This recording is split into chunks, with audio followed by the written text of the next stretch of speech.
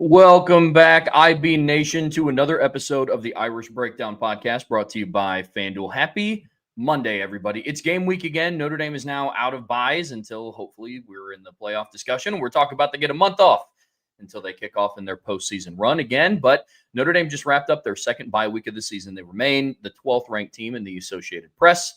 And I believe the first playoff poll comes out a week from tomorrow. So a lot of talking points coming out here in the next couple of weeks, but it is game week. They're getting ready to take on the Boston College Eagles. And Bryan, we have a lot to discuss today. We're going to start off today's show by, as you guys know, we just wrapped up Marcus Freeman's press conference, and we're going to go over some of the topics that he discussed there. Part two of today's show, we're going to do like we normally do, talk about what's at stake for this. What's at stake, big picture for Notre Dame in this game against Boston College, and then moving forward. And then in part three of today's show, we're actually going to talk about the weekend recap. Bryan and I took a deep dive last week into a lot of the games going on around college football, what some of them meant for Notre Dame. And we're going to give a recap for that. And then obviously we're going to continue on with Notre Dame Boston College content throughout the week. So a lot of good scheduled programming coming your guys' way, IB Nation. Should be a good one. Yeah, I'm looking forward to it. It was an interesting press conference. It was the press conferences the week after a bye, because they don't do a press conference on the Monday after the bye, are always sort of, unless there's a new injury, sort of like kind of anticlimactic. Like there's just not a ton to discuss. We've already discussed everything like over the last week, but there's some interesting conversations, Trev. We saw the depth chart came out today. Obviously, no Billy Schrauth, no Gabriel Rubio. One interesting thing was they did have Devontae Smith listed as the starting nickel. And I thought that was interesting. But, of course, they've also had Jaden. You mentioned this when I said that to you when we were off air. You're like, yeah, but they've also had Jaden Greathouse as the starting slot receiver for the last 5 weeks. And I'm like, yeah, that's a good point. But that was another interesting thing is the release they sent out today. There's a lot of guys on the injury list. And I have a feeling it's them kind of cleaning up the injury list, which means adding some guys to it that weren't on there. But, yeah, it's an interesting deal. But, I mean, Marcus Freeman talked about it. He's like, they got D linemen playing scout team offensive line right now. So, very banged up offensive line, which is second year in a row. It's going to be a topic of conversation this offseason. That's for sure, that the offensive line continues to have major injury issues during Marcus Freeman's tenure. And I'm not going to put that on Joe Rudolph per se, but I don't know how much of that's on him, but that is a little troubling. And it's different types of it, knees, ankles, concussion, shoulders. It's a lot of different stuff, which makes it very, very concerning as we go through this stretch down the road stretch of the season. Yeah, I think and really we could have that same conversation with both sides of the ball. The depth in the trenches is slowly starting to get a little bit more thin, which kind of puts Notre Dame at an interesting spot going into these final 5 games. We've talked about how if Notre Dame plays their style of football, they should be able to win these next 5 games and win them relatively convincingly. What does that mean? That means that, ideally your starters or your main rotation guys on the defensive line aren't having to play 50, 60, 70 snaps a game. Then the offensive line ideally can remain fresh and they're, kind of kicking back and being locked in on the sidelines come around end of the third, early in the fourth quarter. Well, you start to look at the depth on each side. I mean, right now, Sullivan Absher is listed as the starting left guard and the backup right guard. Now, and Gerby Lambert's the starting right guard and the backup right tackle. And as we know, when there's an injury at left tackle this season, they've put Gerby Lambert out the left tackle. So yeah. The depth in the trenches is starting to become a concern. Matty Augustine is questionable with the concussion. Will Black is questionable with the concussion. Jordan Botelho is questionable with the concussion. Then obviously, as we know, Charles Jagasaw is still out. Gabriel Rubio is still out. Basically, everybody that is definitively out for this game against Boston College live in the trenches on one side of the ball or the other.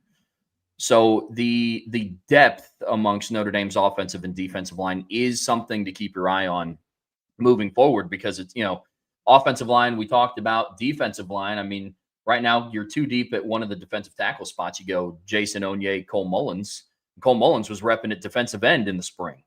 And, he's now looking to take some looks inside. On the outside, you have Jordan Botelho, who's listed questionable with the concussion. Same thing with Logan Thomas. Josh Burnham has battled his fair share of injuries so far the last couple seasons. Now that he's healthy, they're in kind of a spot now where they have to play him more. I would be shocked if they did.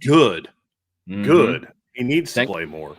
Forces the issue. And then, some other pieces on the interior. Donovan Heinisch has battled some injuries so far this season. Jared Dawson has battled injuries so far this season. So that deep rotation on the D-line is looking kind of thin going into November. Being so I'm going to tested. be very interested to see how they handle that going forward. Well, unless I heard him incorrectly, like I definitely heard him say Brennan Vernon's been playing some offensive line to help them out, which is a position he's never played before.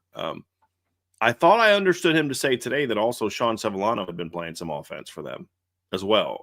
I believe is a statement he made, which then in turn, okay, well, who's playing scout team on the D line?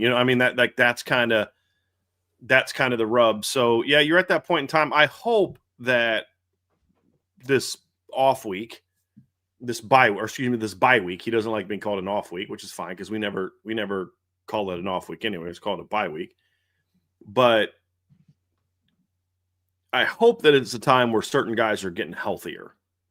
That would be advantageous. Some of these concussion things, Will Black's been out. It's about 3-4 weeks in a row that Will Black's been out with a concussion, which is concerning. That's a long time to be out with a concussion. And so like, there's a lot of things on here. Like, why are they having multiple concussion injuries in your trenches? Like, what were you doing last week in practice that have multiple players out with a concussion? Like, okay, that's interesting. So it's problematic, dude. It's like when you got to start drawing from your depth on D-line to get through an offensive line practice, that's a bit troubling. Very troubling. No, it is. I mean, and we're confident that Notre Dame, if they get to the postseason, we're confident that they'd be able to make a run. But you're going to need a healthy offensive and defensive line in order to do so. We watched what an unhealthy offensive and defensive line kind of did to this team last season. So a lot of focus with Lauren Landau and his staff and the athletic training staff, the recovery teams, kind of has to be geared towards now the big boys up front. But here's something that's interesting. We talk about Notre Dame's ability to make a run. I was looking. I sent you and Vince and Sean a text this morning about some of the FanDuel odds for Notre Dame's chances throughout the playoffs, and they have they're tied right now for the fourth best odds to win the national championship at plus 1,000. Here's what's funny about that. On FanDuel, they're the fourth best odds to win it, but the seventh best odds to make the national championship game. Yeah. Which I thought was interesting. Kind of makes sense. It's like, we don't know if they're going to get in or not for sure, but if they do, they're going to be a problem. Yep. They're tied with Georgia and Texas A&M. I'm sorry, yes, I don't know how I don't know how Notre Dame and Texas A&M are behind Alabama. I mean, look, Alabama's a team I've been very high on, Trevor, but this Alabama team lost to a 3-4 Florida State team and should have lost to South Carolina this weekend. Like, they got to figure some stuff out. But we'll talk about that in the recap, Trev. Just looking at this thing too, one of the things that we were surprised by is that nobody asked Marcus Freeman about all the rumors, the rampant rumors that are going around about him being mentioned for other jobs, and there's the reports about how he's not happy at Notre Dame and all that kind of stuff. And I was a little surprised that nobody asked. To be honest with you, there was a question that was asked about, or two questions that were asked of him. One was about his assistants getting head coaching jobs. And I'll let you speak on that one, Trev. And then the other one was about, somebody asked him about, his thoughts on Brian Kelly. And I thought the question was a little bit flawed.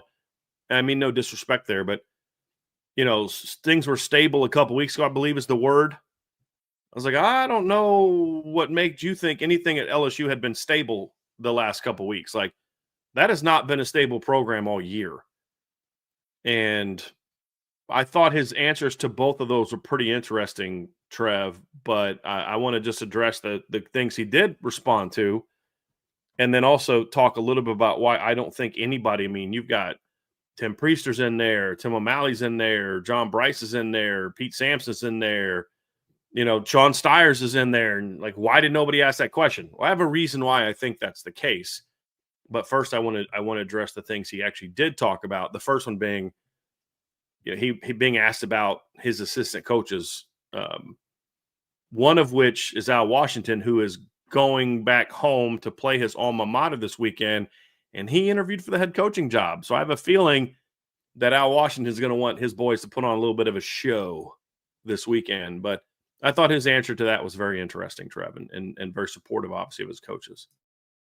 Yeah, I think so too. We get a lot of questions on this channel around, what if this defensive backs coach leaves, or what if this O-line coach leaves, or this D-line coach, and a lot of questions, valid questions about assistants. And Marcus Freeman's answer, I personally, I loved it, and I think it's on brand with what his character is. And he basically went on to say, first, he kind of gave the caveat of like, that's also coming from the assumption that everyone is dying to be a head coach. And that's a conversation that we've had about Mike Denbrock. Do we think that he would be a great head coach at the collegiate level? Absolutely. Is that something that he wants to do? I don't know. Because an argument could be made that really in the last 20 years, he's probably had a good amount of opportunities to be a D1 collegiate head coach and might have found his niche in being an offensive coordinator. So that's where some of that answer came from. But, Freeman went on to say that, if they are interested in becoming a head coach, that he would stand on the table to support them. And that's something that you want to hear. You hear horror stories all the time around college football around, we were afraid to leave our jobs. Our coach didn't want to support us. And, at the end of the day, Freeman talked about how, they all deserve the opportunity and would be successful because they do it for the right reasons. When you hire a coaching staff and you want people to work with you and around you and for you to a degree, you want them to be like-minded people. And that's not just specific to Notre Dame. That's specific to really anybody that, Bryan, you can attest. You've hired me. You hired people and to help run the business with you and be supportive of you. You want to be around like-minded individuals. Wouldn't make a whole lot of sense if I had no knowledge of Notre Dame or college football, but you just hired me because, you thought I looked cool. You know what I mean? So, and that kind of fed into what Marcus Freeman's. I know. I said look cool, not handsome. That would have been weird if I said handsome, but not. Yeah, I think they're both weird. Cool's better than handsome. Okay. But I'll say this: like Marcus Freeman went on to say that you don't want to lose great coaches, and he's obviously has a lot of confidence in his staff. But you want every coach to do what's best for them, and if advocating for them is going to help them do it, then he'll gladly do it. And that's. You hear people all the time say that Marcus Freeman is a player's coach. But he's also a coach that you would want to work for. I would love to work for Marcus Freeman if I was a college coach. Like it's one of those things where it's like it's attractive to other people. I think that's why his retention on this staff from last year was so great, because he knows that they would have the support. If there was a criticism to be made about Marcus Freeman early in his tenure, as far as like his coaching philosophies, that he gave too much control to the assistant coaches. He had this whole thing back then where everyone's a head coach of their room. And I think he quickly realized you can't do that. There's got to be one head coach and everybody's got to answer to you to a certain degree. But to your point, there has been a notion that he will push for certain jobs and things like that. And we haven't seen anybody get a head coaching job yet outside of Jared Parker. But I do think he's been very supportive of, obviously Al Golden leaving last year because he knew what that Bengals job meant to Al. And, so and like, look, there were people coming after Mike Mickens last year and he didn't even consider other jobs. I don't know that that'll be the case this year, but so I do think there's guys like being at Notre Dame and guys like working for Marcus Freeman. He's not perfect like everybody else, but I did think that was good. And I do think if Notre Dame continues to run the table and do what they're capable of doing this season, I do think that's when you start seeing his assistant coaches will start getting more jobs. I'm sorry, I have to interrupt real quick. So I've got a glass of apple juice, and I drank it. Nice. I was having Ange made me lunch beforehand, right? And so, and on the other side, it's like goals and grace. But she gives me this, and so I'm already out of apple juice before the show starts. I was almost out of it. So I asked her to bring me down a cup, and she brings me down this national championship cup that we got at the Ohio State game last year. Nice. And then she smirks at me as I'm talking, and I'm like, what is she doing? Then she starts typing. So the whole time I'm talking to you, my wife's over there texting on her phone, and I can see my chat thing, and she texts me, and she goes, that cup is because Brian Kelly will never be in the college football playoffs again. I told y'all last night, my wife's more fired up about him getting fired than I am. So that'll tell you a little something about that. I'm sorry. I just had to share that. That was an amazing story. But I do think that while Notre Dame's coaches are a little bit more attractive based on last year, I do think people want to see a little bit more sustained success from the Notre Dame operation before you start seeing more of their assistants becoming more hotter commodities for coordinator jobs and head coaching jobs. And so I do think this offseason might be a little bit more active of Notre Dame assistants getting looked at for those jobs than maybe it was a year ago. Well, I think that's very fair. And I think that track record kind of showed with some other former assistants at Notre Dame as well. So I'm with you.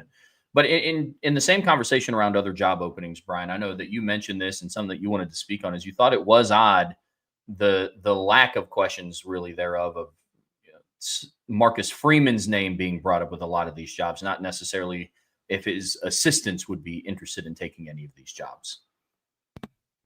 Not odd so much as surprised that it didn't come up, just because it's such a great clickbait story. Like, you know, I mean, you get tons of clicks off of it if you talk about it. But I also feel, I don't know this is my opinion, that I kind of have an idea of why that perhaps was the case.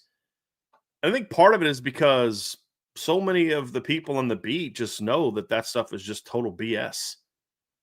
And it's like, look, we only get 2 questions. Am I going to waste one that I already know the answer to?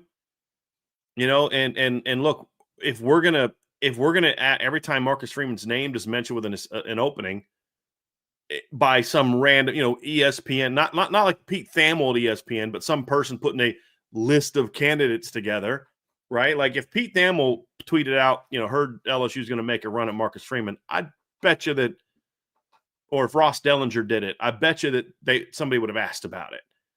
But since right now it's just a bunch of randos and people looking to get clicks, I think people are like, look, there's a time and a place to ask that, and now's not the time. And his name is going to continue being brought up around other schools, and we know what answers he's going to give. So unless you really think there's some meat to it, maybe it's best not to answer. That's my guess as to why no one asked that question today, is because I do think people that cover the team know that stuff last night from Paul Feinbaum, and I don't know that Josh Pate said this. I was told that he said that he heard Freeman, you know, either wasn't happy or might be interested. I am reluctant to say I can't believe Josh Pate said that, because people take things different ways. People misinterpret certain things, and I've had things that I've said relayed to other people in ways that were not even remotely close to what I said.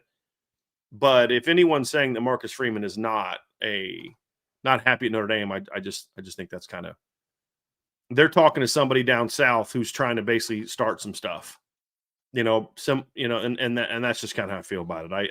I'd be willing to bet you that's a big reason why, because I think the people that cover the people that really cover this team that take pride in doing it the right way, myself, John Bryce, Tim Priester, Tim O'Malley, Pete Sampson, like, I just think those people are going to be like, dude, I'm not running with that. Like, I know that's BS. I'm not running with that. If there's a real report, then we'll adjust it. Because otherwise, we're going to be asking Marcus Freeman about this every freaking week. Because every freaking week that a job comes open, there's going to be somebody like, oh, Marcus Freeman's going to be a top candidate for this job. Well, yeah, you may want him to be, or the school may want him to be. It doesn't mean that they're going to want it. I imagine Nick Saban's a candidate for some of these jobs based on what other people want to happen. Doesn't mean he's going to do it. So I think if I had to bet, I'd bet that's the reason why nobody wasted one of their questions in a follow-up on getting Marcus Freeman to confirm or deny that, or someone's going to wait. And I think I have a pretty good idea of who would do it. There's 2 people that I think would do it if they were going to ask it, is wait till the post-game show, post-game press conference to ask it, which, hopefully they don't do, but I can think of 2 people that would be dumb enough to do that. And it's none of the people that I just mentioned. So that's kind of my thought about why it wasn't asked, even though I wanted it to be asked, because I want him to be able to go on record and be like, no, I'm not looking at other jobs or whatever the case may be. But he did say something at the end of, so the other question he was asked was about Brian Kelly. And the comment was, in this modern age, I'm paraphrasing, things can be stable, 1 week and then a couple weeks later you're out of a job. And I'm like, I don't know that I'd call LSU or Florida overly stable. That's true for Penn State. That came out of nowhere. Like 1 week you're going to overtime in a battle of top 10 teams, and then 3 weeks later you're out of a job. Less than 3 weeks later you're out of a job. Like, that was a little nuts, but there was nothing stable about LSU the last month. And there wasn't anything stable about Florida for the last 2 years. But Freeman's comment at the end, Trev, was like, that was kind of telling. After talking about the challenges of coaching in this era, he did say, that's why I'm so happy to be in a place like Notre Dame. And I thought that was a telling comment that was like, I am happy where I'm at. I'm glad to be here. I understand that Notre Dame's different. Because I've said this, man. If I'm James Franklin, I'm not looking at the Florida job or the LSU job. Screw that. I'm looking at the Virginia Tech job if it comes open. Like, that's the job that I'm looking. Because if I make the playoff, if I have 3 straight years of 10+ wins and make a college football playoff berth, unless I go out and break the law or break some terrible rule at the school, the next year, if we're 3-3, they're just going to be like, hey, man, that's part of the deal. Well, you're going to work through it. You're going to be fine. But at a place like LSU, place like Florida, place like Penn State, in today's era, you're done. That's why I think you're going to see more of these coaches turning jobs down and staying put.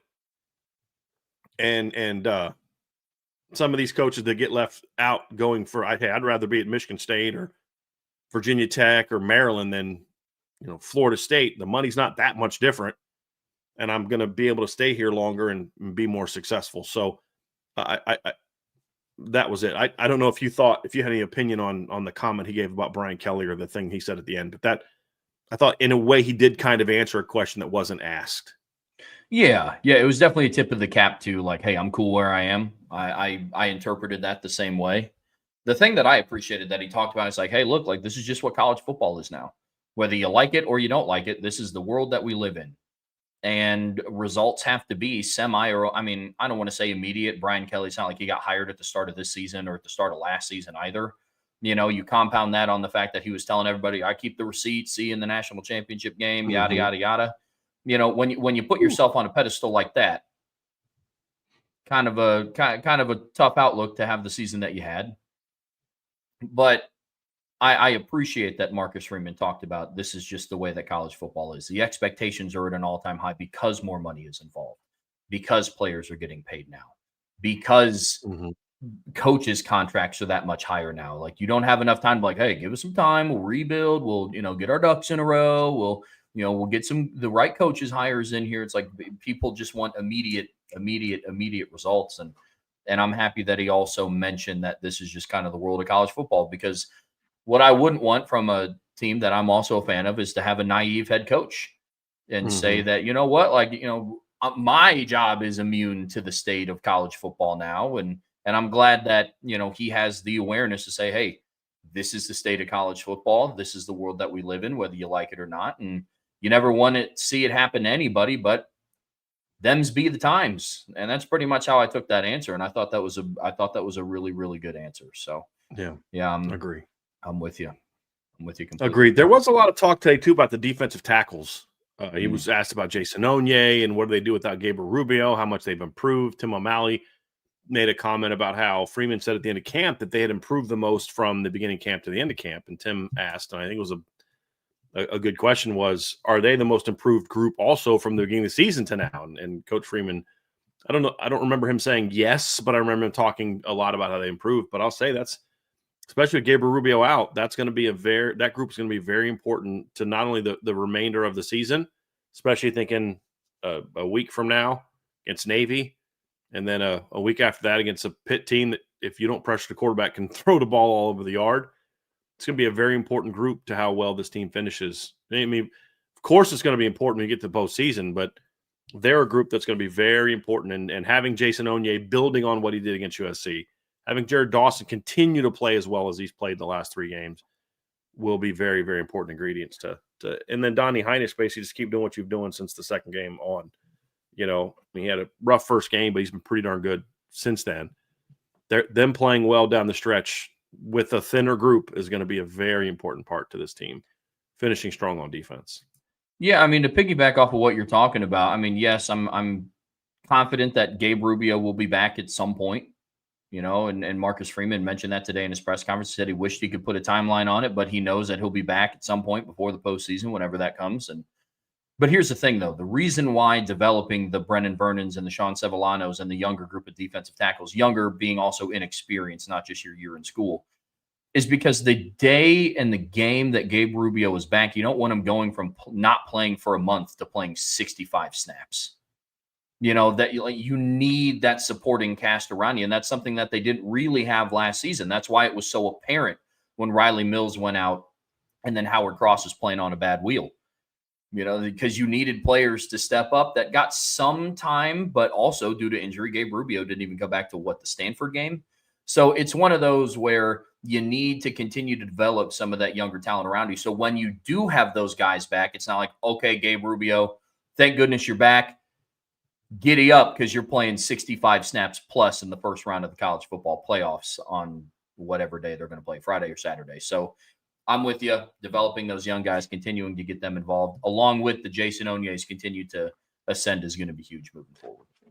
My final thought on this is with some of these guys, looking at a Devontae Smith, Micah Gilbert was listed as questionable, which means he's getting closer to getting back. He had been listed out for the last couple of weeks. Cooper Flanagan still listed as questionable. We saw him play 2 weeks ago. But you look at some of these guys. I mean, Coach Freeman said today that they do expect Gabe Rubio back, but it didn't sound like it was going to be like next week against Navy. And from things we've heard, it may not even be the end of the regular season. But in some ways, Trev, like with him, with Shrouth, potentially Jagasol,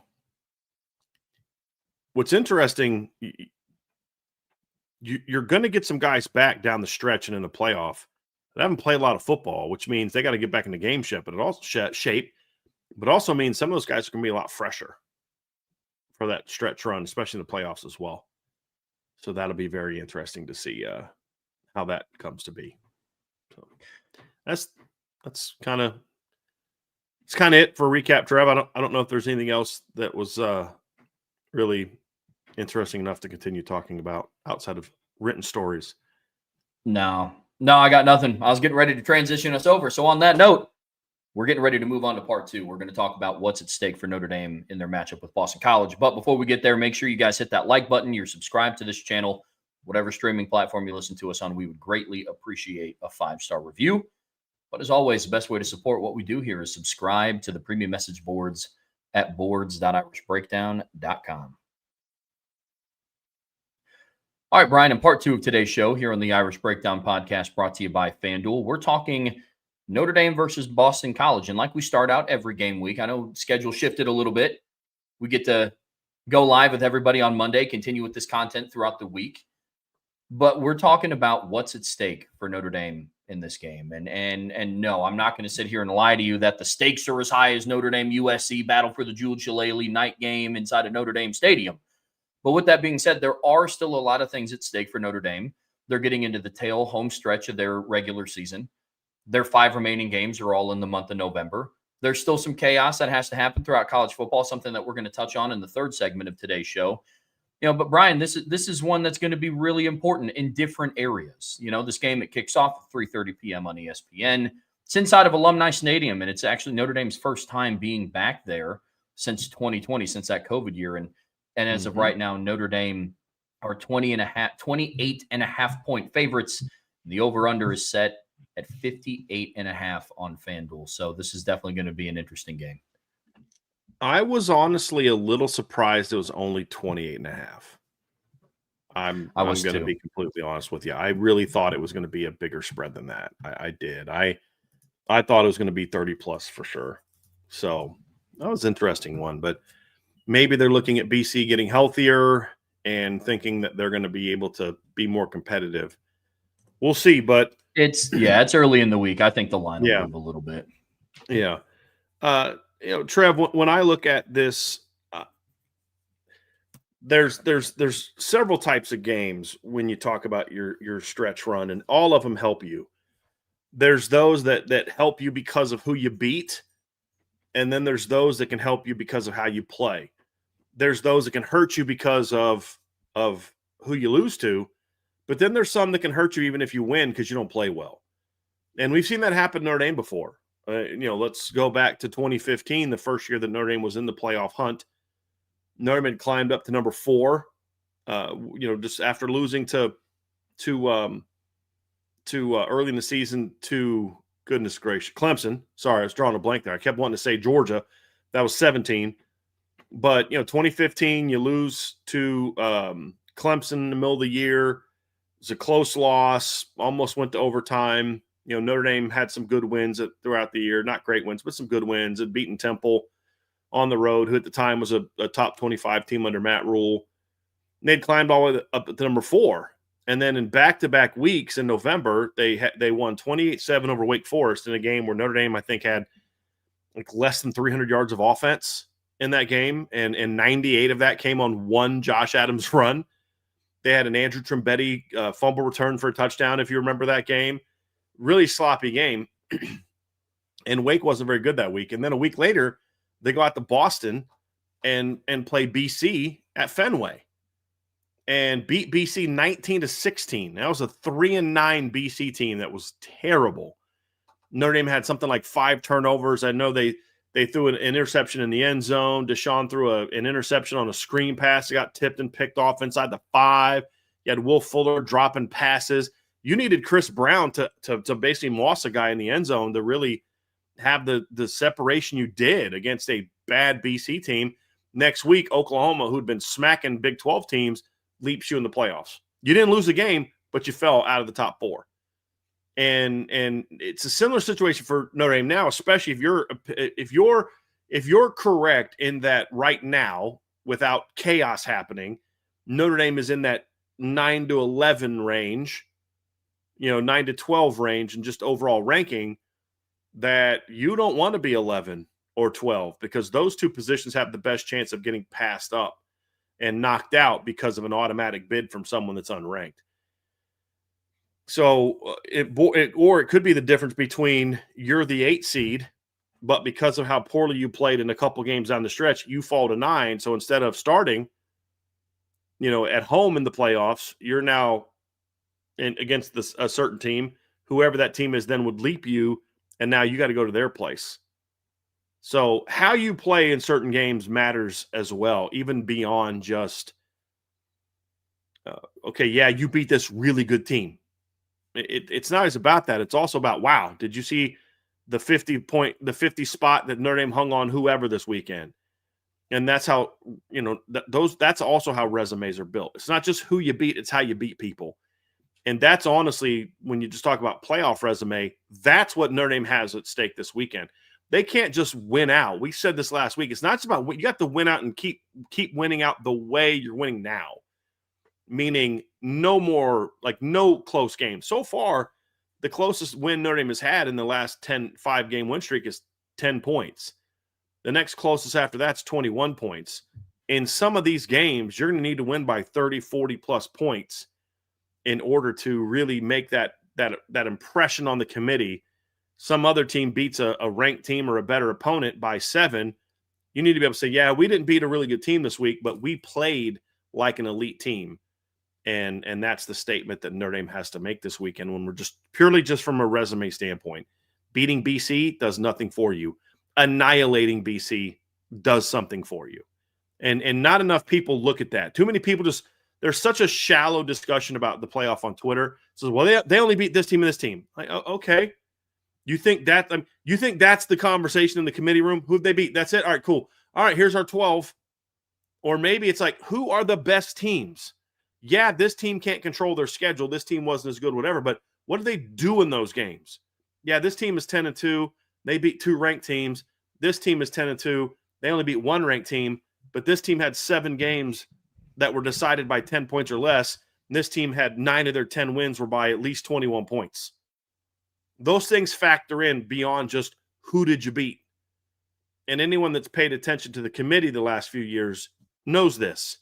It's not just about who'd you beat, who'd you lose to. It's about how'd you look. And that's why style points matter. Style points aren't just popping on a couple fourth quarter touchdowns to make the spread look worse like Indiana did to Purdue last week. Style points are you went out there and annihilated that team from start to finish and looked great. Because a lot of the people on this committee room do watch film. They talk about that. We watch games. And so you've got to go make a statement in that regard. Yeah, I mean, the phrase that you guys are going to get sick and tired of hearing from me is the how. It's how you win. It's not a question of if. If Notre Dame plays their style of football, they should win every single one of these 5 games. Not to say that there aren't concerns, but let's have an honest conversation about something, Brian. There is no win between Boston College, Pitt, Navy, Syracuse, and Stanford where the committee is going to look at the name on the jersey and the logo on the helmet and say, yo, what a win. It's the how. The how is going to be crucial. So far, Notre Dame's riding a 5-game win streak, and they've won all of those games by double digits. That has to continue. They were winning these games by double digits in the difficult part of their schedule.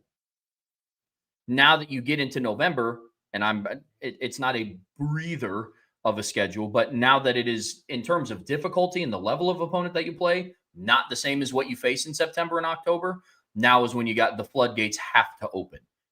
But doing it in the way that you normally play football. It's not running a 2-minute drill with a minute 45 left up 42-3 on Boston College. It's not how you get it done. So I agree with you wholeheartedly. The implications for the playoff are going to absolutely huge. And that's how it can help improve Notre Dame's resume. It's not the name on the jersey or the logo on the helmet. It's how you look doing it. And that's going to be huge moving forward. I mean, even the AP poll is doing a little bit of that this year. I mean, Texas has won in back-to-back weeks, and they've dropped in the AP poll because they just don't look good doing it. It's just looked bad. And so that's going to be huge for Notre Dame moving forward. They went up 2 spots this week sheerly out of they had no choice to put them up because of teams that lost in front of them. But like when you look at it, actually, I think I'm correct on this. Let me look something up here, Trev. I just want to see something real fast. Texas, yeah, they went down the week before after a win, but their votes didn't take a big jump this past week because, like you said, they didn't look good. They had to come back. I mean, honestly, Mississippi State choked that game away. If we're being honest, Arch made some really big time throws in that game. I give him credit. Like he heated up in the second half, but a big part of that was just that was them choking games away. It really was. So I think that does play a role. I mean, and look at this week's rankings. You know, like Ole Miss jumps Georgia Tech. They both won. Vanderbilt jumped Miami. They both won. Why? It was partly who they beat, but then also partly the reason Miami fell is Miami didn't look good early on against Stanford. It's tied 7-7 against Stanford. So it's going to be interesting. But I mean, to me, I don't even think Texas belongs in the top 25. Period. That's just a little bit of a side note, Trev. But that's just because that's because they're Texas. Like, at no point in time this year has Texas looked like a top 25 team. Since the Ohio State game, they did, sort of. Their defense did. But, to your point, but it's going to be interesting to see how all that plays out. But yeah, I mean, you're absolutely correct, especially Notre Dame. It's because you don't have that marquee game. There's a good chance if Navy beats North Texas this weekend, they're going to be ranked. In the AP poll, they're 26 now. But I think if they beat North Texas this weekend, which is going to be very hard, I think they're probably a top 25 team. I think Pitt is a team that has a good shot of being in the top 25 if they can keep winning as well. And they're just going to have to keep whooping those teams. And if you're a Notre Dame fan, you definitely want them to keep winning and win like they did on Saturday. Because then there's maybe a chance that they could be ranked in the top 25 when you play them. So, well, let's talk a little bit about this matchup specifically, Brian. And first, let's start with the series history. And I know Notre Dame and Boston College have some history. Most of it has been relatively recent, like they haven't played each other as much as Navy has or USC but I believe this will be their 27th matchup, I believe. Overall in their series history, with the majority of their matchups coming since 2000. So This one is, but their first time playing in Chestnut Hill since 2020.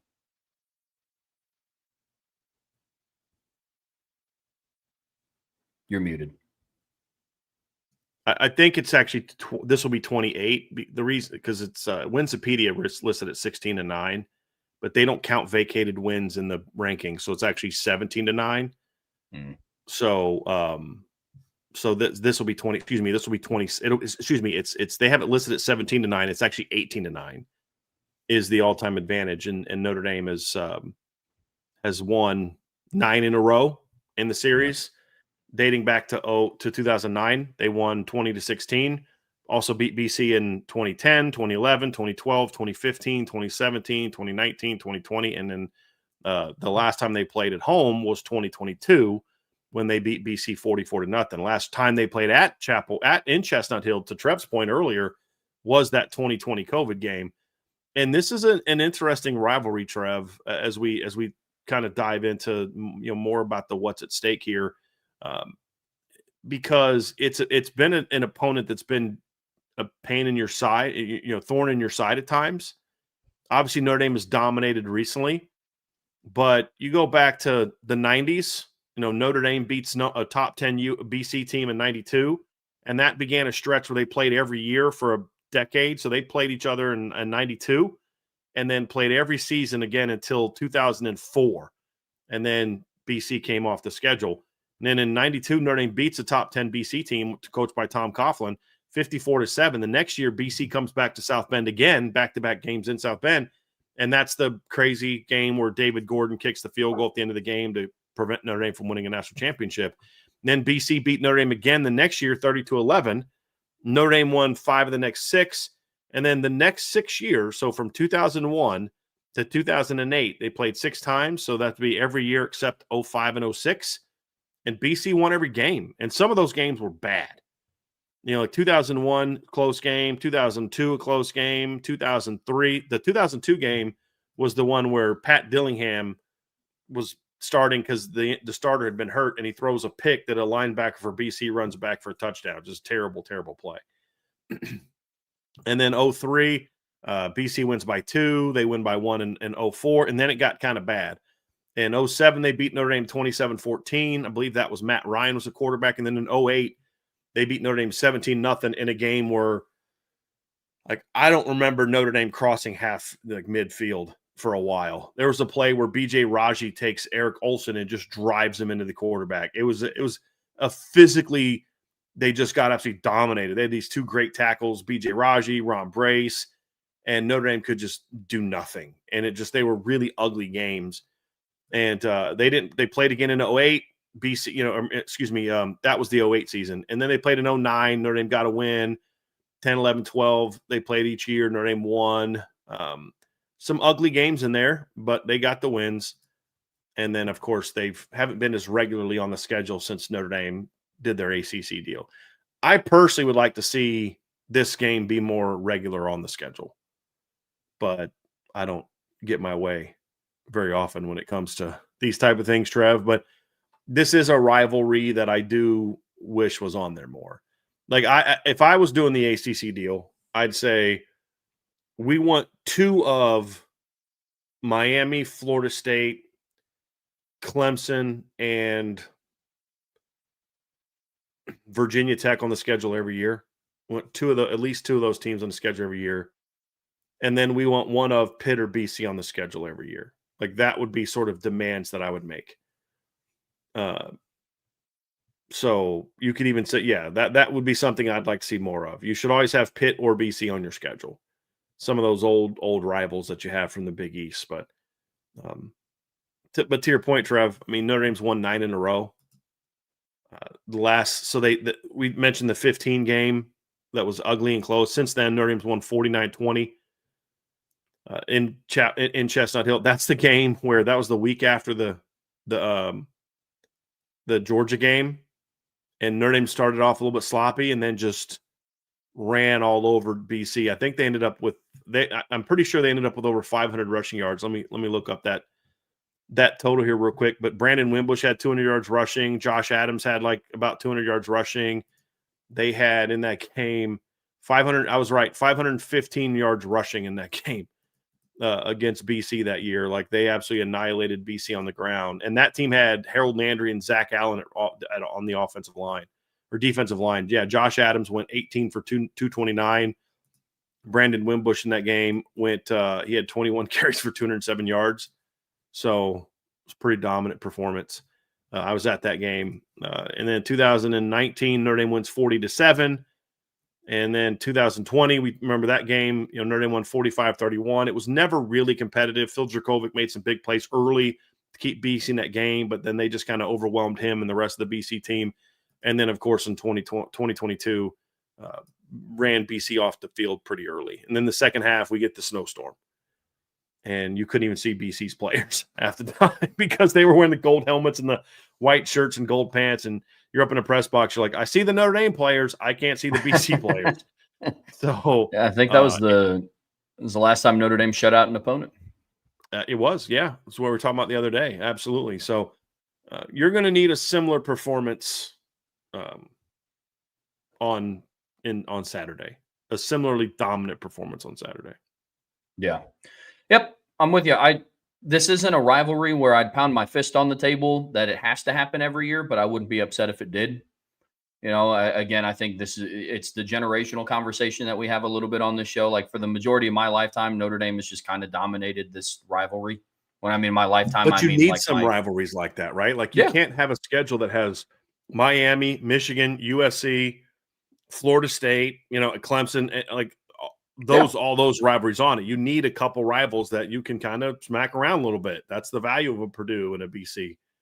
And then occasionally they're good enough to be ranked, and then you can get some brownie points for it if you beat them. Sorry. Oh, 100%. Yeah, that's like I said. That's why I'm not. If they were to take it away, I obviously wouldn't feel the way that I do about USC potentially going away after this season. But if they were, hey, we're going to play Boston College every year, I also wouldn't have any quaffles with it because I would understand the benefit of what you were talking about. So I'm with you. But reality of the situation here, Brian, BC is sitting at 1-7, and they kind of gave Louisville their last ditch effort to try to save, an opportunity to play for bowl season. Now that's out the window. Even if they win out, they can't make it to a bowl at 5-7.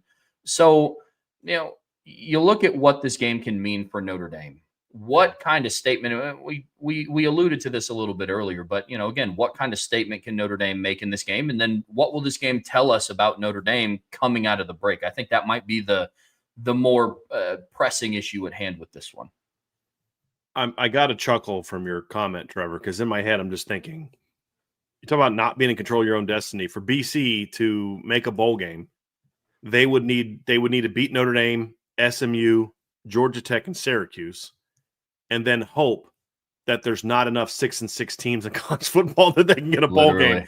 Because we've seen that in recent years. It's like, dude, like, the odds of that happening are so incredibly slim. But, like, that's what you're, like, rooting for if you want to win a bowl game. Like, you talk about not in control of your own destiny.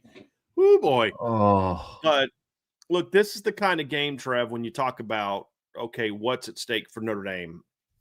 A lot of this is about momentum. You're coming out of the bye week. You were kind of – you could see this team was a little gassed going into the bye week. You need to come out of it fresh, healthy, and focused, fix some of the issues that have been there. And you've got to come out and you've got to get rid of these let's start slow games that you've had in recent weeks.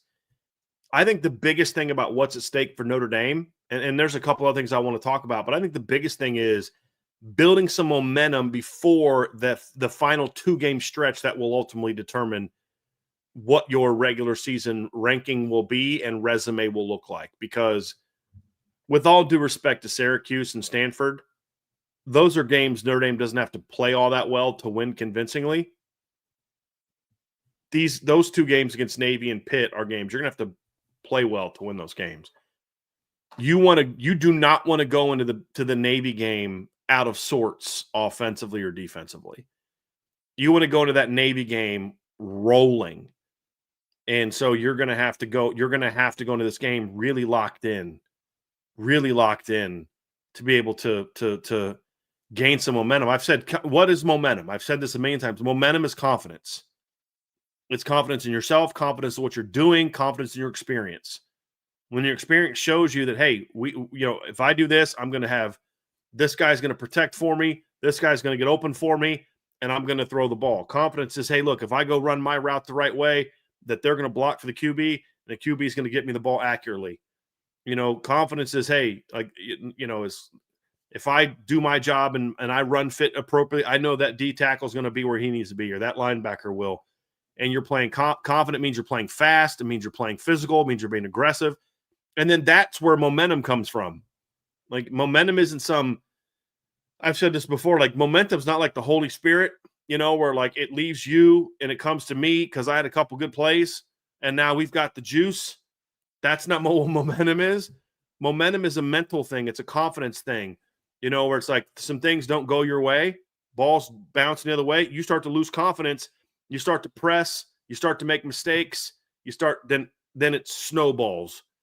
And then the opposite is true. You start making a couple plays. Like you see it in basketball, guys just come out and hit a couple shots and all of a sudden they're just like, in buckets, because there's just a confidence that, like, I'm just going to shoot it whenever I get it, and oh, this guy's hot.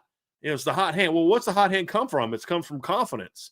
I'm shooting a rock with confidence. I'm taking shots that I may not normally take that I should be taking because I'm confident in it.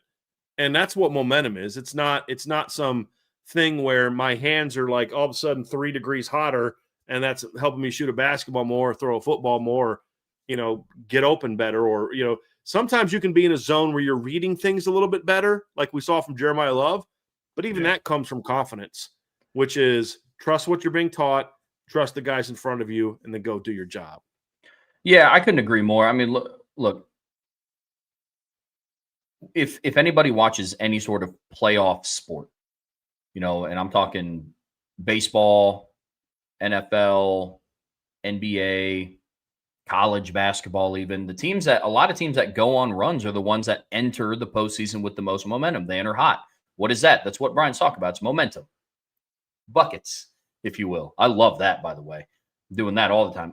Buckets. Yup. I mean, like if you ever watched the clip of Larry Bird against the Hawks when he scored 60 points, he's taking just ridiculously, just like, come on, dude.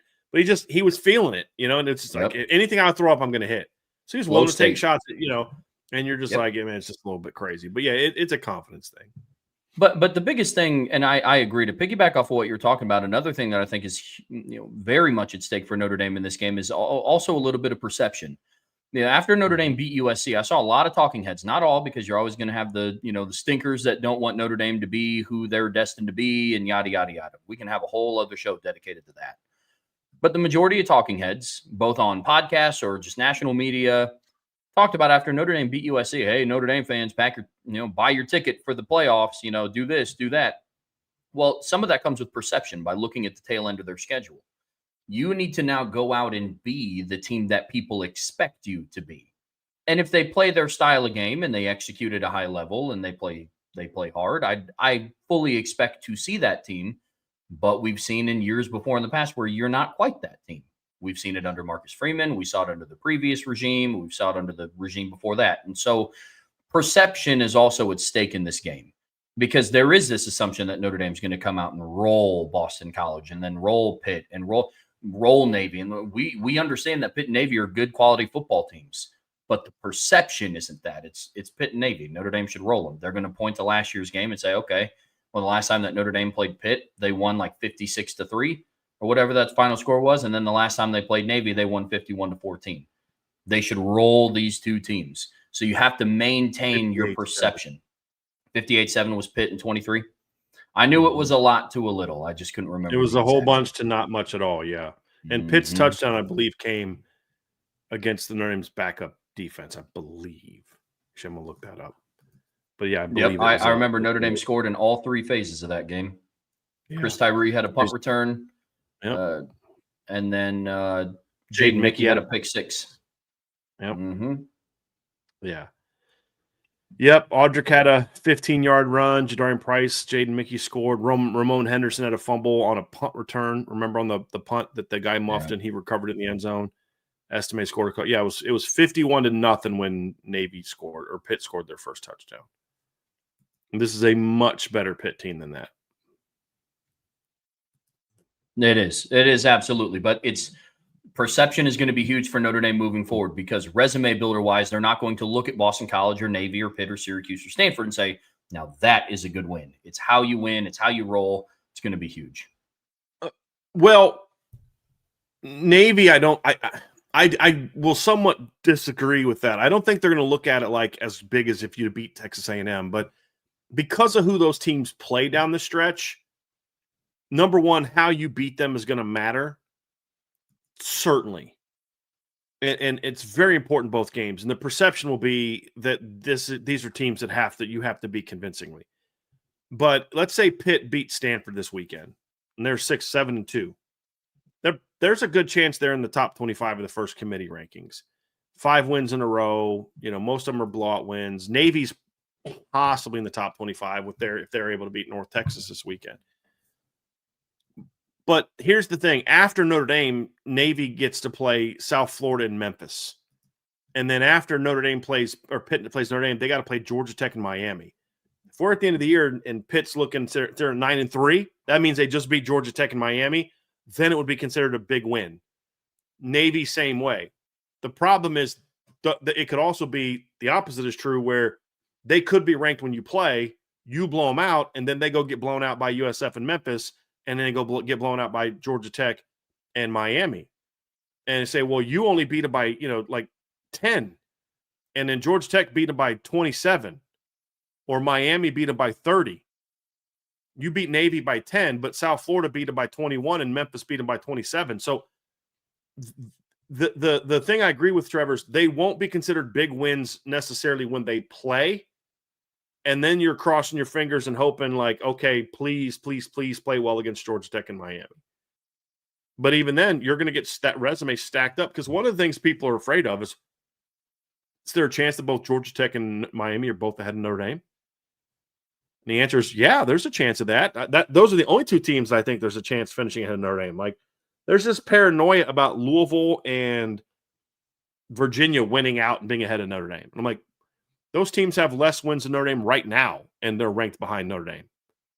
What makes you think they're going to be ranked ahead of Notre Dame by beating a bunch of teams that nobody cares about the rest of the way? It's not true for Georgia Tech and Miami. If they go into the ACC title game both ranked ahead of Notre Dame, then they're going to probably stay ahead of Notre Dame. So what you need Pitt to win one of those games, or if you're sitting there right there and you've got a similar resume, you want to be able to say, well, they both played Pitt back-to-back weeks. Notre Dame played Pitt right before they played Georgia Tech. Notre Dame won by 30. Georgia Tech won on a walk-off field goal. That stuff matters. Like, that's why no matter how Pitt is viewed after those games, barring Pitt beating both Georgia Tech and Miami, which would be huge for Notre Dame, they are going to compare resumes because, with those teams. And that's why I think it matters, back to your point, Trev, of why barring those teams running the table afterwards, which then all of a sudden, wow, those wins look really good. Barring that, which is, I don't think, highly likely that those 2 teams win all 4 of those games, then now all of a sudden we're style points. What was the margin of victory? What was the yard differential? What was the game control of Notre Dame compared to other teams against that opponent? And that's why you have to come out and you got to start fast. You got to jump on BC early, and you got to really bury them. And that's going to be an important part of this. So, like, Louisville is one of the teams that people are worried about.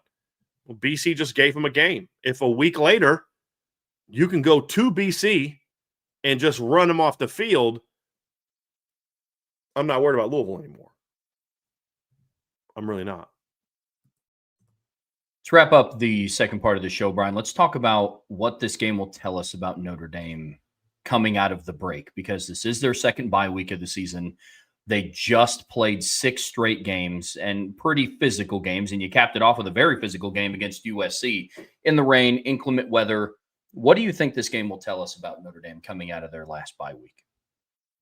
I think it'll tell us how focused this team is and how good this coaching staff is at getting this team back on track when they go off the rail a little bit.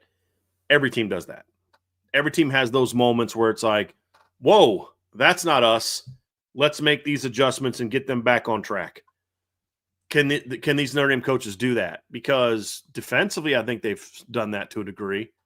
Offensively, not so much. I mean, really, even the USC game, they made the plays they needed to in the run game. They struggled in the pass game. You're going to need both of those down the stretch. I think that's the biggest thing for me is, do these coaches, and I have confidence they do, but now we just need to see it, do the Notre Dame coaches with this particular team, because every team is different. Just because you knew how to push the right buttons one year doesn't mean you know how to push the right buttons the next year. Mike Norvell obviously pushed all the right buttons in 22 and 23, had no clue what buttons to push in 24 or 25. That's just the case. Dabo was brilliant pushing all the right buttons for a long time. Now it's like he can't seem to figure out which buttons to push to get this team going. So I think those are all things that kind of factor into this. James Franklin could push all the right buttons last year. This year, not so much. Does the staff have the ability with this team to push the right buttons to get them fully back on track? Do they have does this staff know how to push the right buttons with these players to get them to focus on an opponent who maybe isn't that good? Because look, you can say all you want that, okay, the Notre Dame players watched BC give Louisville a game, so therefore they will take Louisville seriously. Not necessarily. You're assuming that the Notre Dame players have any respect for Louisville. I don't know that they do. I don't know that they think about that. But it shouldn't matter if you've got the right kind of leadership from a coaching and player standpoint, because it's not about BC at that point in time. It's about, no, this is about us and us playing our brand of football. You know, it's with CJ Carr and the line and the receivers. It's not about, hey, we love this matchup against BC secondary, which you should. It's more so, hey, we haven't played up to our standard in 2 of the last 3 games. And that's what we're shooting for. So I think that's the first thing is, does this team have the leadership to kind of go into a game like this and be locked in and come out and jump all over them? And does the coaching staff know what buttons to push with this particular team to get them ready to go out there and go on the road and really just pound a team the way that we know that they're capable of? The good news is the last time Notre Dame played on the road, they did exactly that to a better team than this. So hopefully that was Arkansas. Hopefully they can do that. So I think that's the first thing it tells us, because that's going to matter in the postseason, Trev. If they get there, is what's the mental maturity of this football team? Where's the leadership at, and does this coaching staff know how to push the right buttons? Because it may mean getting them locked in for this game, but in the postseason it could be, hey, we're down 10 at halftime. Do we know what buttons to push to get this team rolling, like we did last year against Penn State? Like we did when we were down big against Ohio State. Sometimes, well, we knew what to do to get last year's team fired up. This year's team, we don't know how to get them fired up. And I'm not saying that's the case. I'm saying that's what we're going to learn. Step 1 towards learning that against BC. Yeah, that's going to be the biggest thing that I'm looking for in this one. What it's going to tell me the most is what is the maturation of this team. You know, there's a good portion of the fan base that just assumes Notre Dame is going to rattle off 10 straight because they watched them do it the year before. And I think that's a valid argument to a degree. But this is a different makeup, and it's a different – I mean, really, you still look at the top of the player-led leadership, captains. You know, 5 of their 16 captains can come back this season, next season. That was not the case last year. All 5 of their team captains were going to be gone. And so when you go and you look at what this means – and the only one that would be gone would be a transfer, right? Mm-hmm. Yeah. Yep. So what is the maturation level of this team? Will they look at it the way that I do? I hope not. I hope they don't look at Boston College and Syracuse and Stanford and Navy and Pitt to a degree the same way that I am and say, yeah, we just play our game. We'll win them. We'll win by 20. Because that is genuinely what I think. I hope the team doesn't have that level of maturity, but they did last year with Xavier Watts and Ben Morrison and Riley Mills and Riley Leonard and Jack Kaiser and all these guys that have been around. They've seen every possible scenario that you could see. Pat Coogan. Yes. Like they've seen it. They've seen it all. Bo Collins at his level playing at Clemson, he has seen it as well last season. Talk about player-led leadership. So what is that state going to be for this unit? Are they going to focus and it's, hey, 1-0 each week? And I know they'll talk about it in their press conferences. I'm expecting to hear that. That's not going to give me solace and, oh, yeah, they're ready. It's going to be, what do we see on Saturday? Are they actually locked in? Are they actually taking this opponent seriously? Because the one thing that I'll say about 4 of the 5 teams that they're getting ready to play is 4 of these 5 teams have the talent to hurt you in certain areas. I don't know if all of them have the talent to beat you, but all 4 of these 5 teams have the talent to give you a run for your money if you're not focused, if you don't take them seriously. This is still a program that is a year removed from losing to Northern Illinois at home. Talented program, came in unafraid. They shouldn't have beat you if you were even the remotely close to focused. So the maturity level for this team is going to be something that I'll be watching with them under a microscope, because it's the month of November is going to be huge. Yeah, no question. And you can get into a situation where if you can't build momentum coming out of the break, you can kind of get into a little bit of a rut. You don't have another bye week of self-scout if you don't get it right now. And that's the other thing too, is what is this week going to tell us? It's going to tell us what these coaches learned about this team. What did we learn once we've been able? Because I've explained this before, Trev.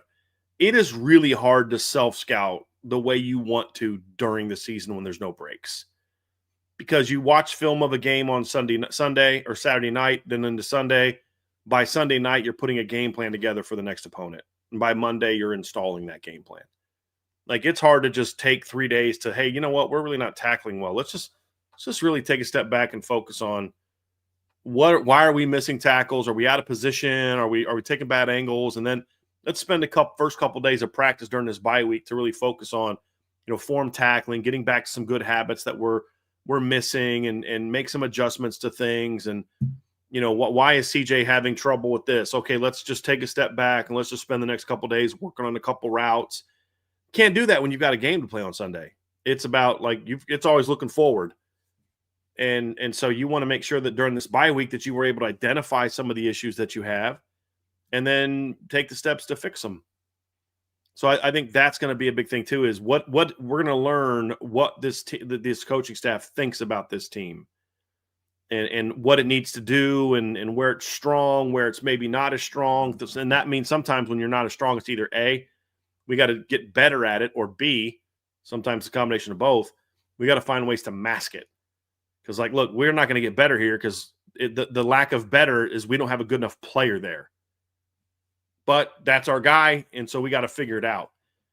I don't know if that's the case with this Notre Dame team, but it's more about, well, yeah, but we're just young there, and we're going to be young there, and there's nothing we can do about it.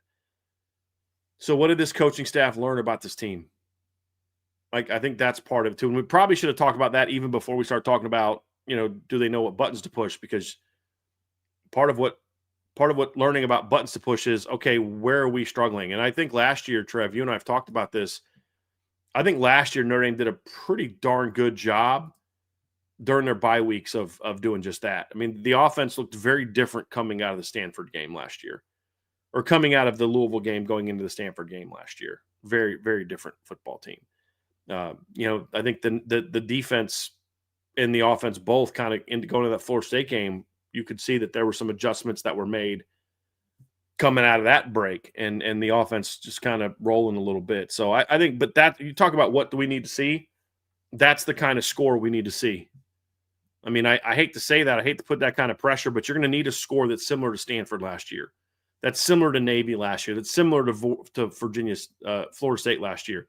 You don't want a game that's similar to what Virginia was last year, even though, look, it was 35-0 and they scored the last 2 touchdowns. Well, you can't let that happen. If it's 35-0, you got to score the last 2 touchdowns.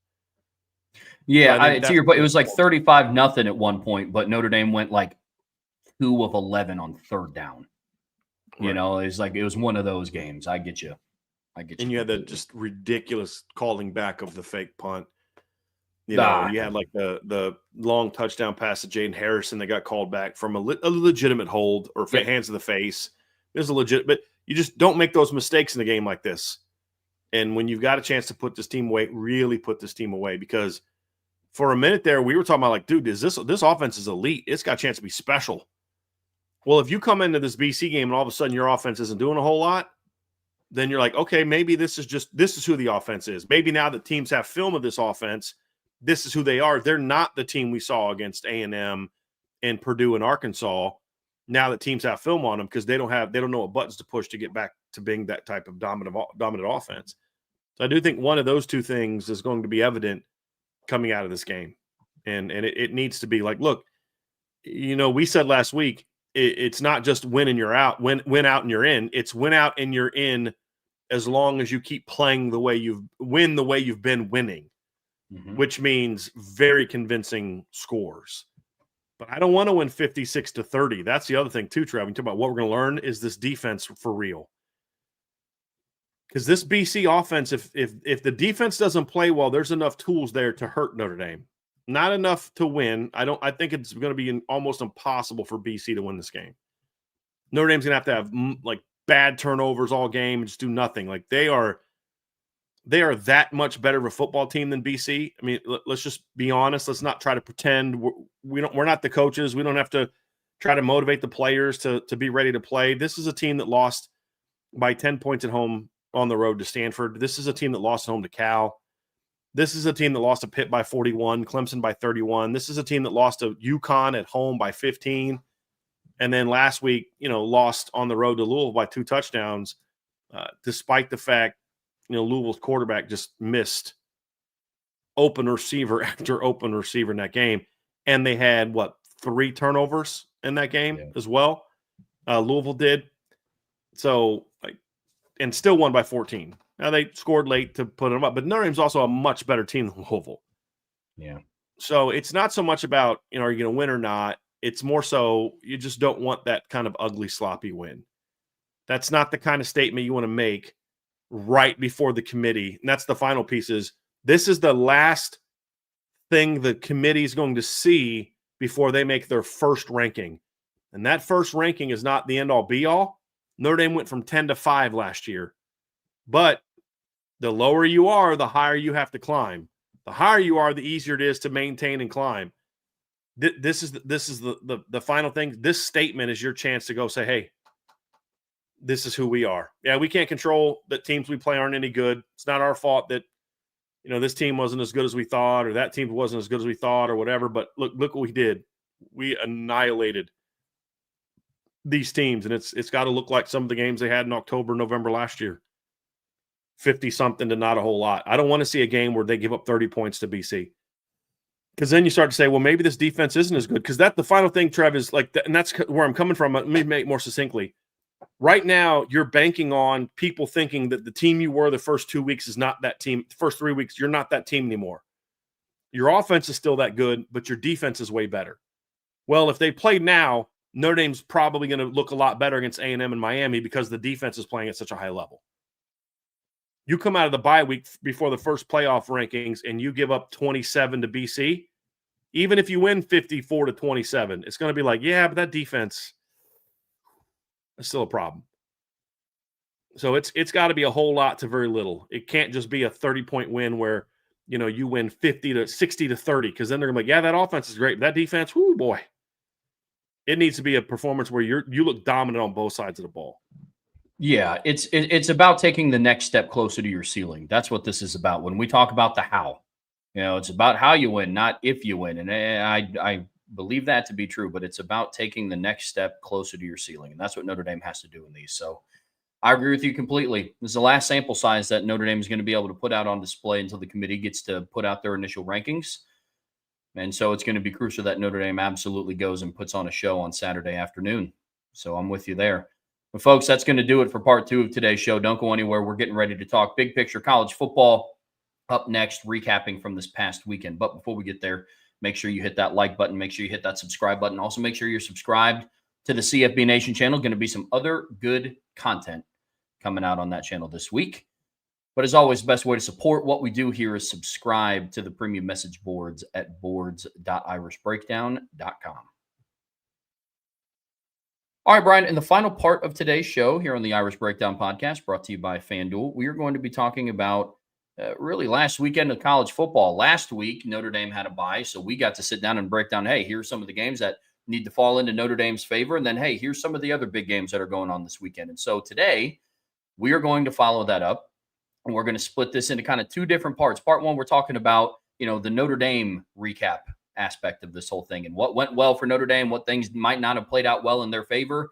What were some resume builders for Notre Dame off of this past weekend. And then we're going to just talk big picture college football because a lot of action went down this past week. But Brian, there were some things that worked out well in Notre Dame's favor, like I said, and some other things that might not have shaken out as well in Notre Dame's favor when you look at this past weekend of college football. And one that absolutely worked out in their favor, and I know that I've been looking forward to talking about this one as well, but it was Texas A&M's 49-25 victory in Death Valley. First win in Baton Rouge for the Aggies since 1994. So that one was a big win and a good step in the right direction for Notre Dame's resume.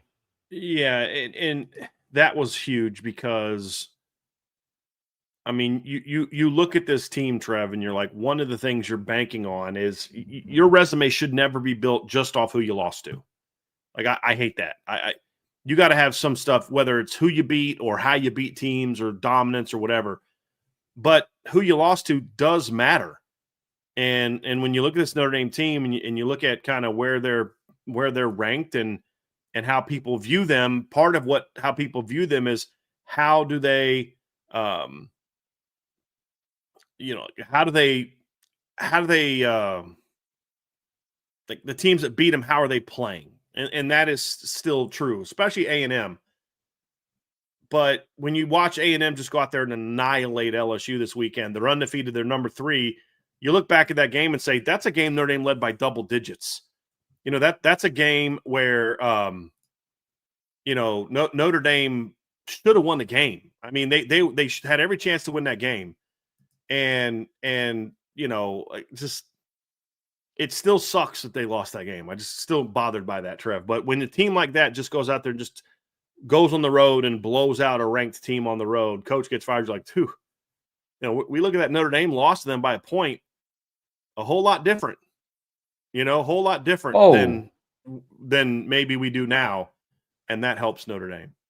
Well, and it went down the way that we talked about it last week, Brian. I mean, we talked about how death taxes LSU can't defend mobile quarterbacks. The fact that on FanDuel the week before, Marcel Reed's over-under. Did you know Marcel Reed's over-under in rushing yards was set at 31.5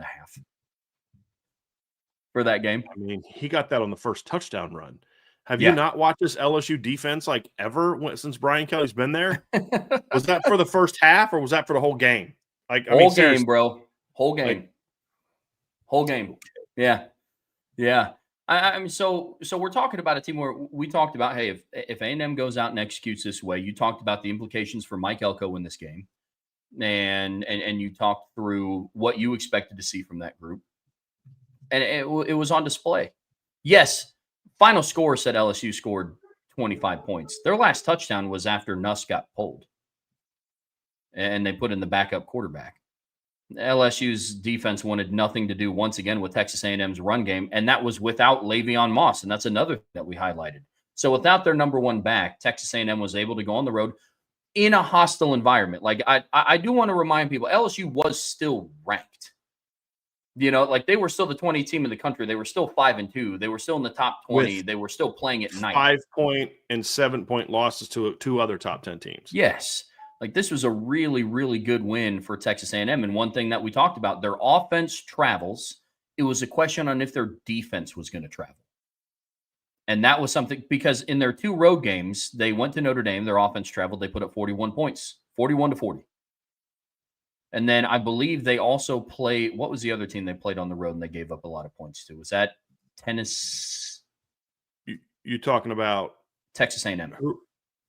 No, they gave up a lot of points to Arkansas last week. That's who it was. Thank you. At Arkansas. Yeah. Thank you.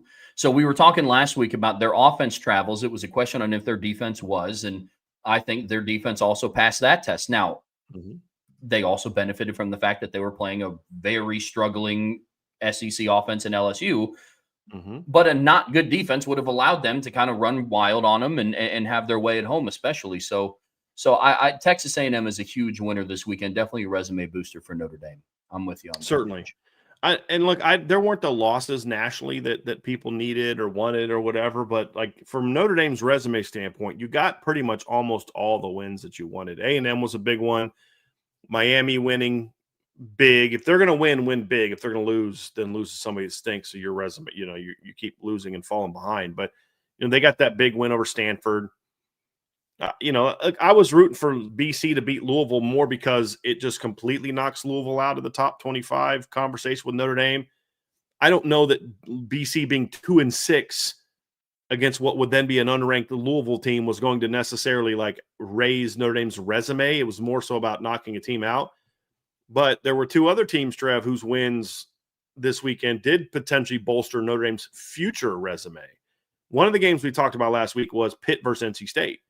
Like, well, this is going to be a bit of a wash for Notre Dame just right now overall, because one team you played is going to lose and one team you're going to play at the end of the year is going to win. But it was more so, who do you want to have a better boost from, the team you already beat or the team you're going to play? To me, it's the team you're going to play in November. And so Pitt going out there and not only beating NC State, but blasting NC State, I think is going to start having them looked at. Because I think the committee is going to look at Pitt and say, this is what Pitt looked like before Mason Hounshell took over as quarterback, and this is what Pitt looked like after he took over a quarterback. And they're a very different looking team since he took over a quarterback. And they've said in the past, things like that will be taken into account. And so, like, they did that with USC in 2016. That was part of the reason that they boosted USC so much. It's like, guys, they didn't even start Sam Darnold in two of those losses. You know, like this is a different team than that. So I think that's going to be a very big part of this is, you know, like that win and winning big certainly helped Notre Dame's upcoming resume, as did Nevada. Now, Boise State beat Nevada. Now, they didn't beat them the way that I had hoped. It was still a convincing win. It didn't jump Boise State into the top 25. Didn't expect it to. That's going to come when they have a couple big wins coming up. But I do think that helps Boise continue to just slowly chip their way up into the top 25, which I think if they beat San Diego State, beat Fresno by the end of the year, they're going to be ranked. So, you know, just them for them to just keep winning was important for Notre Dame. And no bad losses from Notre Dame opponents, meaning like A&M doesn't get beat, Miami doesn't get beat, you know, like Pitt doesn't get upset by somebody that's not good. What were the things that didn't work out in Notre Dame's favor for teams they've played? Arkansas losing to Auburn didn't help, you know, but you can still look and say the manner in which they beat Arkansas is still vastly different than what anybody else in the SEC has done to them. And then what? BC not upsetting Louisville and Syracuse not upsetting Georgia Tech. Oh, started off good. You like forced that early fumble. And you're like, okay, let's go. And they have to settle for a field goal. They end up going backwards and, you know, those type of things. So, yeah. I'm with you. The one thing that I wanted to touch on real quick too is I don't think the way that the Pitt game over NC State can be overstated enough. I mean, it would have been one thing since Notre Dame and now Pitt have also both played NC State. It would have looked a little bit different if Notre Dame won by 36 and then Pitt wins by like 10. You know, but the fact that both of those teams dominated NC State, I think that adds a little bit more fuel to the Notre Dame Pitt game because, like, okay, they have a common opponent. They each destroyed them. And then to your point, Brian, the offense looks different than what it did. But, I mean, since they made the switch to Mason Hounshell, they've put up 48 against Boston College. That's going to be another evaluator this upcoming week. Notre Dame taking on Boston College. You know, and Notre Dame will get them on the road. Pitt got them at home. You know, they put up 48 against Boston College. They beat Florida State on the road in Tallahassee. They put up 34 points. You know, they put up 30 against Syracuse on the road, and then they went back home and scored 53. I mean, that's going to be another really interesting facet to this game. The Notre Dame Pitt game down the road. 3 points per game is what they're scoring since he took over. Yep. And he's had 2 300-yard games and a 400-yard game. He's in 4 starts. He's thrown 9 touchdowns and 3 picks. And since he's taken over at home, they're even more difficult to stop. They scored 48 points at home against Boston College and 53 at home against NC State. So and Notre Dame gets Pitt on the road. So that one's definitely going to be interesting. And it wasn't like they had a bunch of fluky touchdowns to pile it on. I mean, they just went right up down the field. Yeah, finished with 423 yards in the game. He had 280 at halftime. Yeah, they scored 31 in the first half. Yeah. So all that for the most part went Notre Dame's way. Their overall resume got boosted down in week 1. Let's talk about some national games, Trev, because that was a little bit more of some good, some bad, some things that I think people keep talking about that I want to push back on a little bit. But it was an interesting weekend of college football just in general. But then, of course, of how it impacted Notre Dame. There wasn't anybody above Notre Dame that got beat that you were concerned about. I mean, Oklahoma was ahead of them in the coaches poll, but I don't think anybody actually thought Oklahoma was going to be ranked ahead of Notre Dame in the playoff poll. They got beat, but everybody else ahead of them ended up winning. The only game that I thought of the top teams that didn't go Notre Dame's way besides an upset is I disagree with some people that Ole Miss winning is better for Notre Dame. I still think Oklahoma was winning better for Notre Dame, but I don't think it's like, yes, long term, because Oklahoma was going to lose more. Ole Miss is going to have to get really upset to not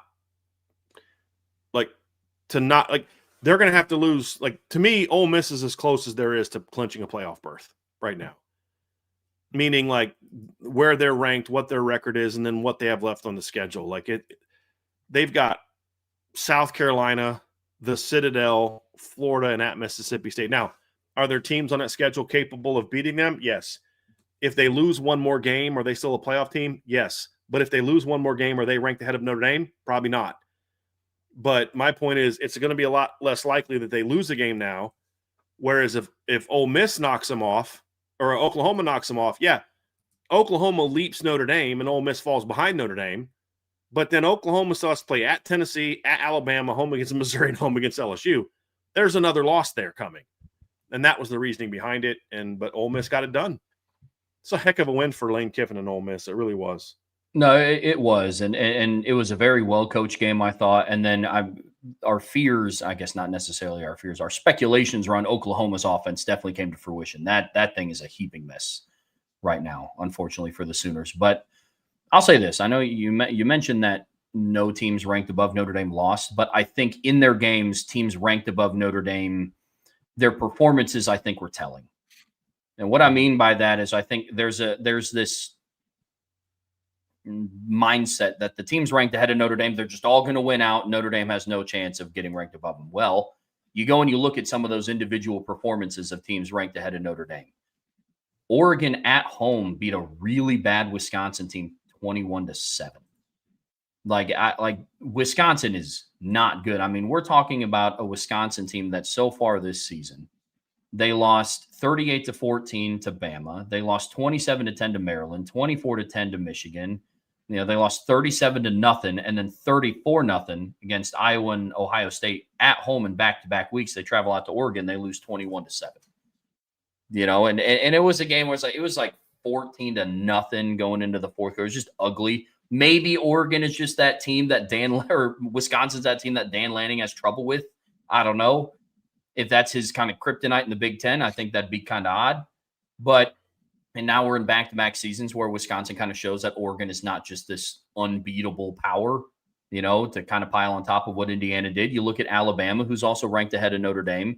They played South Carolina. In game 29-22, Bama ended up winning, but it was a game, Brian, where you said that South Carolina easily could have came away victors in that one. Mm-hmm. So what this week showed me is even though teams above Notre Dame didn't lose, it also showed me that there are some teams that are not as, you know, invincible as what some other people made it out to be. Vandy's ranked ahead of Notre Dame right now, ahead of Missouri. That game was a weird game, 17-10. Missouri put up a good battle. Their defense was absolutely the highlight of the day, but I think it showed me that teams ranked ahead of Notre Dame aren't as untouchable as what some might make it sound. Yeah, that South Carolina game was a problem. It's what we talked about last week. You're like, you know, they got to learn to run the football. And I'm like, Trev, they're not going to try to run the football. That's who they are. And the question is, because we had mentioned when we were talking about Alabama, that this is a pretty solid South Carolina pass defense. And that was true in this game. And I mean, you think about it, Alabama scored 29 points. They only had 325 yards of offense. They had a pick six and a touchdown at the end of the game where South Carolina inexplicably let them score. That was one of the dumbest decisions I've ever seen, ever. Yeah. Like, okay, yes. Okay, here's the reasoning. If you let them score, we get the ball back with a chance to go down and score. That's fine. Tackle the guy, because once they get the first down, Alabama's basically going to run the clock down to kick a field goal.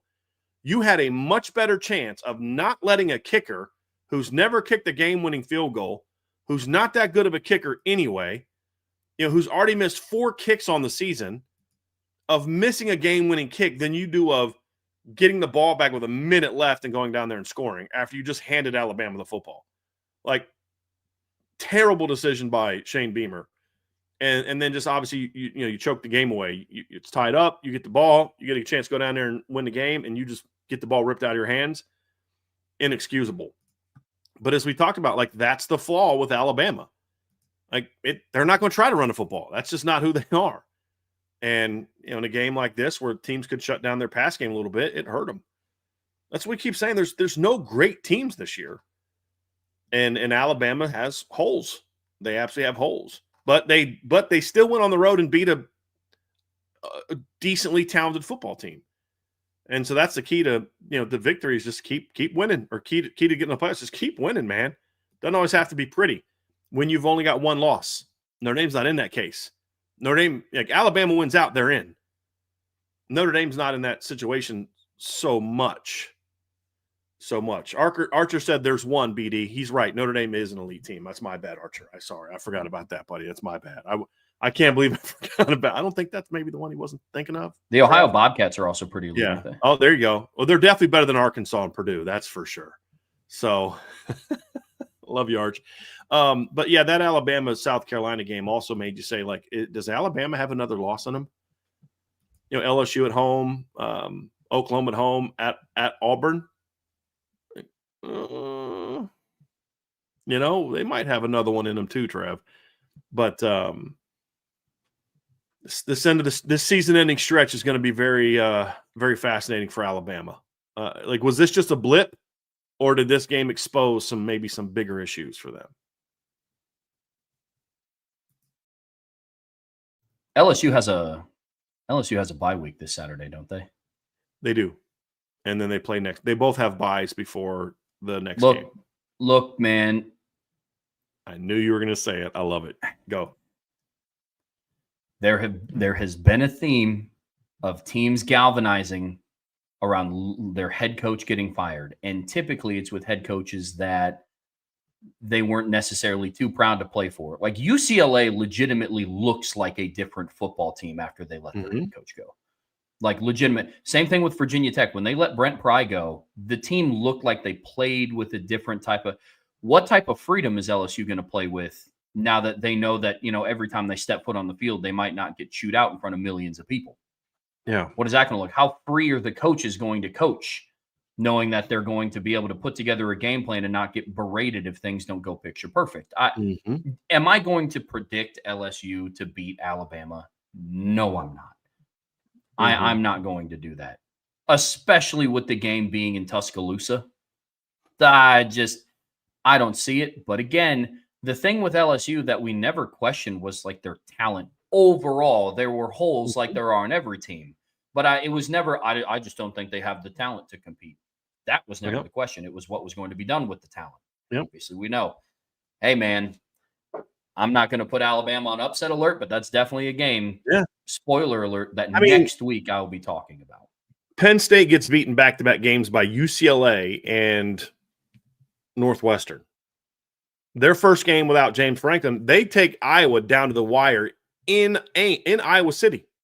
You know what I mean? Like, even though it was a loss, that was the best they had played since probably the Oregon game. So you're absolutely correct. I'm very curious how they're going to play, and I'm very curious how Florida's going to play against Georgia this week. Yeah. Very curious to see how that's going to go.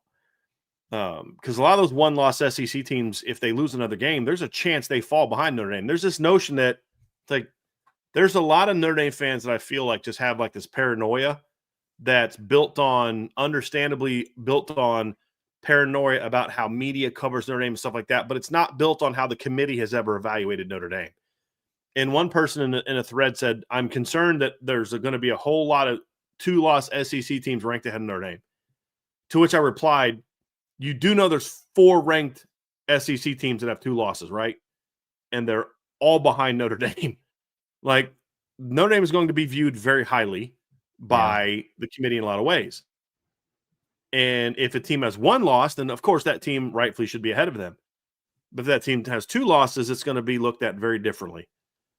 But part of that for Notre Dame is that's because that's why you have to keep play the way you've been playing, and continue to dominate the games the way that you've dominated the games recently. But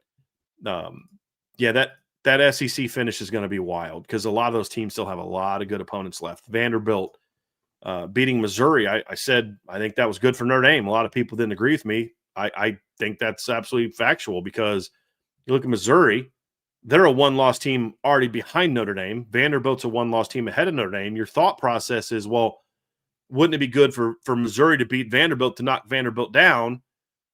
Like, no, because when I look at Missouri's schedule, they play Texas A&M and then Mississippi State, Oklahoma, and Arkansas is who they got left. Like,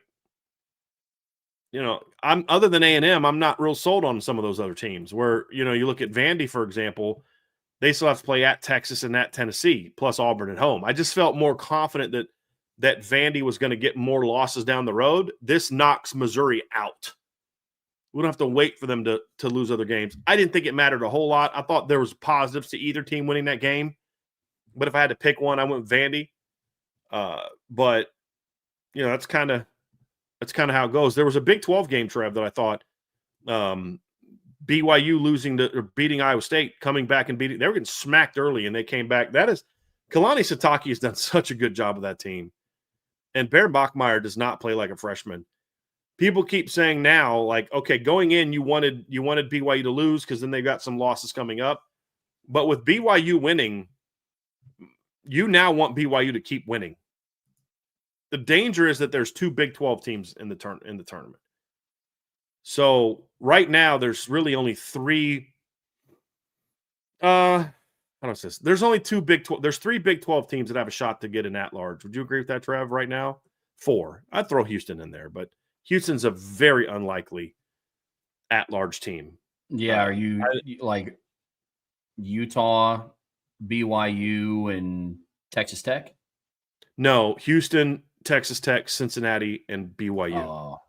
Because Cincinnati's still 7-1, and they are now in the top 20, that if they keep winning, they're going to have to beat Utah this week. They just blew out Baylor. They're going to beat Arizona, beat BYU, beat TCU on the road. Now, all of a sudden, they're 11-1, and they have a shot to get an at-large and potentially be ranked ahead of Notre Dame because they've got some big wins potentially coming up. But my overall point is I don't think that Cincinnati and Houston have a great shot to be ranked ahead of Notre Dame. I think the 2 teams that have a shot to be ranked ahead of Notre Dame are BYU and Texas Tech. And they play each other this weekend. It's this weekend, right? They don't have a bye. Yes, it's this. No, they have a bye, and then they play next weekend. So they both have a bye. No, I'm sorry. Texas Tech plays at Kansas State this weekend. Keep an eye on that one. But basically, if BYU beats Texas Tech may still get in. They're not going to be ranked higher than Notre Dame. Because the whole thing that we as Notre Dame fans need to care about is not, well, can this team still get in? Like Vandy can lose a game and still get in. That's not my argument. My argument, Trevor, is if they lose another game, they won't be ranked ahead of Notre Dame, and that's all I really care about. And so, like, same thing here is if BYU now that they lost this game or beat Iowa State, you're kind of at the point where you now want them to win out. Unless this weekend happens and K-State beats Texas Tech. Then you kind of want K-State or Texas Tech to then beat BYU the next week because they both still may get in, but it almost guarantees that the Big 12 champ's going to be ranked behind Notre Dame. Because remember, there's no jumping this year because you won your league. So we said it 2 weeks ago, Trev. K-State was incredibly disappointing to start the season. Like, still don't know how that team, like, lost to Army and lost to Arizona. But you and I said after the Baylor game, we said watch to Kansas State for a team that can now kind of go ruin everybody else's Big 12 chances. And they certainly did that to TCU 2 weeks ago, and they absolutely annihilated Kansas at Kansas yesterday. That's a solid Kansas team. They get Texas Tech at home this weekend, who could now be down to their third-string quarterback because they announced today that Will Hammond's out for the year with a torn ACL. So unless Baron Morton comes back earlier than expected from injury, you're going to be playing a hot K-State team with your third-string quarterback. Like, that may get looked at by the committee if, let's say, Morton comes back for the BYU game and Texas Tech wins out. I think that gives Texas Tech a chance to still be an at-large, but they're not going to be ranked ahead of Notre Dame.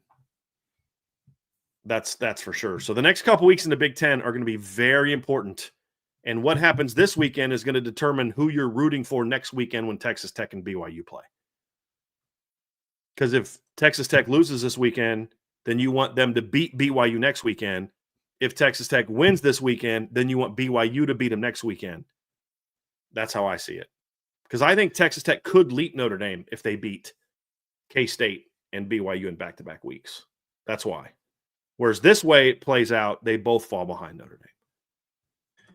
That's definitely going to be some chaos in the coming weeks in the Big 12. I agree with you completely there. That's going to be a league to watch, absolutely, especially for what could be coming up the road for Notre Dame, not necessarily what all is in front of them. So I'm with you there. There's a team that I wanted to highlight out of the Big Ten, Brian, that not a lot of people are talking about yet, and I still can't believe that they're not ranked. But Washington. Their win over Illinois was big. I'll also say this. I got my prediction for Illinois right earlier in the season. I said that I think that they're just going to be the same team that they were last year. I think they got a lot of benefit of the doubt from all the things that they had returning.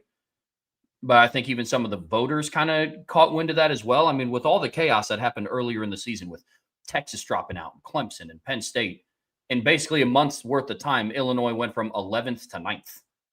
With all that chaos going on. And unfortunately, that came to fruition against Washington. But I think Washington needed to, after losing to Ohio State at home, I think they needed to remind some people, hey, this is still not a place that you can come and win easily. And they handled Illinois 42-25. I still think it's absurd that Illinois was 9 and Indiana was 19. Like, I honestly, Trevor, for an entire week, read that reversed. Because remember, we were on the show and you're like, Brian, Indiana's actually 19 and Illinois is 9. And I was like, no, they're not. Like, don't overrule me, Trevor. Like, oh, Trevor's right. Shoot. But it just was so absurd to think about that Indiana, who had not lost a game, was ranked 10 spots behind Illinois. Based on what? You know, and so I just assumed it was the other way around. Yeah, which is nuts. Like, how was the preseason ranking higher? It was just nuts.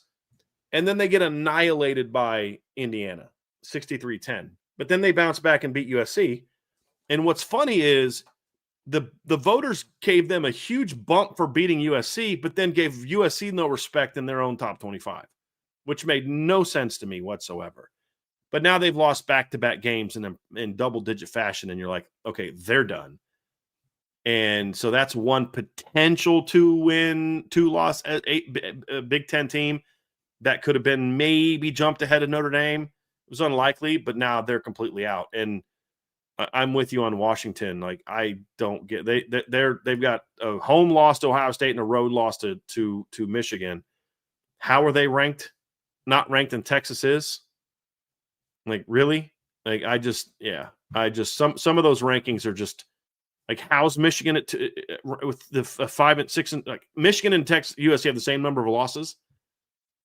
USC won head-to-head convincingly, and yet Michigan was ranked this past week, and USC wasn't. Now USC jumps back into the top 25, but they're still not ranked out of Michigan. The vote, I don't see that being the case when the committee releases its rankings. I'll be shocked if Michigan's ahead of USC, because if you look at most of the computer rankings, I think that as of last week, let me pull them up now, Trev. I believe they all had Notre Dame ranked ahead of. USC ranked ahead of Michigan, I believe, in most of those. So the FEI has USC 11 and Michigan 16 for Mo Efficiency Index. The Massey ratings have USC. Let me see here. Where do they have USC? They have USC 20th and Michigan. Nope, that's Michigan State. Where's Michigan? They have Michigan 12th. So that one actually has Michigan higher, which I think is nutty. And then, let's see here. The Sagarin has USC 15 and Michigan 20. Let me see, where's the old football power index have these two teams? They'll probably have Michigan higher. Nope. They have USC 9 and Michigan 15. So all but one of the computer models that I just looked at, they're not the ones the committee uses, but just ones that I looked at. Because most are going to be similar. All have USC higher, so I think USC will be higher than Michigan. And so I think USC still has a shot to get in there for that 4th spot. Because right now, the Big Ten's looking like a 3-bid league right now. Because everybody else has 2 or more losses. And I don't know that any of the 2-loss teams are going to have enough good wins. Because right now, the Big Ten has annihilated itself so far. But Indiana, Ohio State, and Oregon right now win and you're in. And I think if Oregon's like Oregon to me is the shakier one because of what they have left on their schedule. At Iowa, at Washington, home against USC. But if they win out, they are a lock to not only be in, but to host, in my opinion. If they're 11-1 at the end of the year, and they have a road win over Iowa, a road win over Washington, a win over USC, and their only loss is a loss to Indiana, they're hosting. Now, they may be 8 or 9, 7, 8, 9, but they're hosting. But the rest of the league, I mean, you've got nobody else in your league with less than 2 losses. Like, I don't see anybody else in the Big Ten that's going to be ahead of Notre Dame. And there's a lot of teams with those 2 losses that have they got to play each other down the stretch. There's still like a lot of games left. So there's 5 2-loss teams left in the Big Ten, right?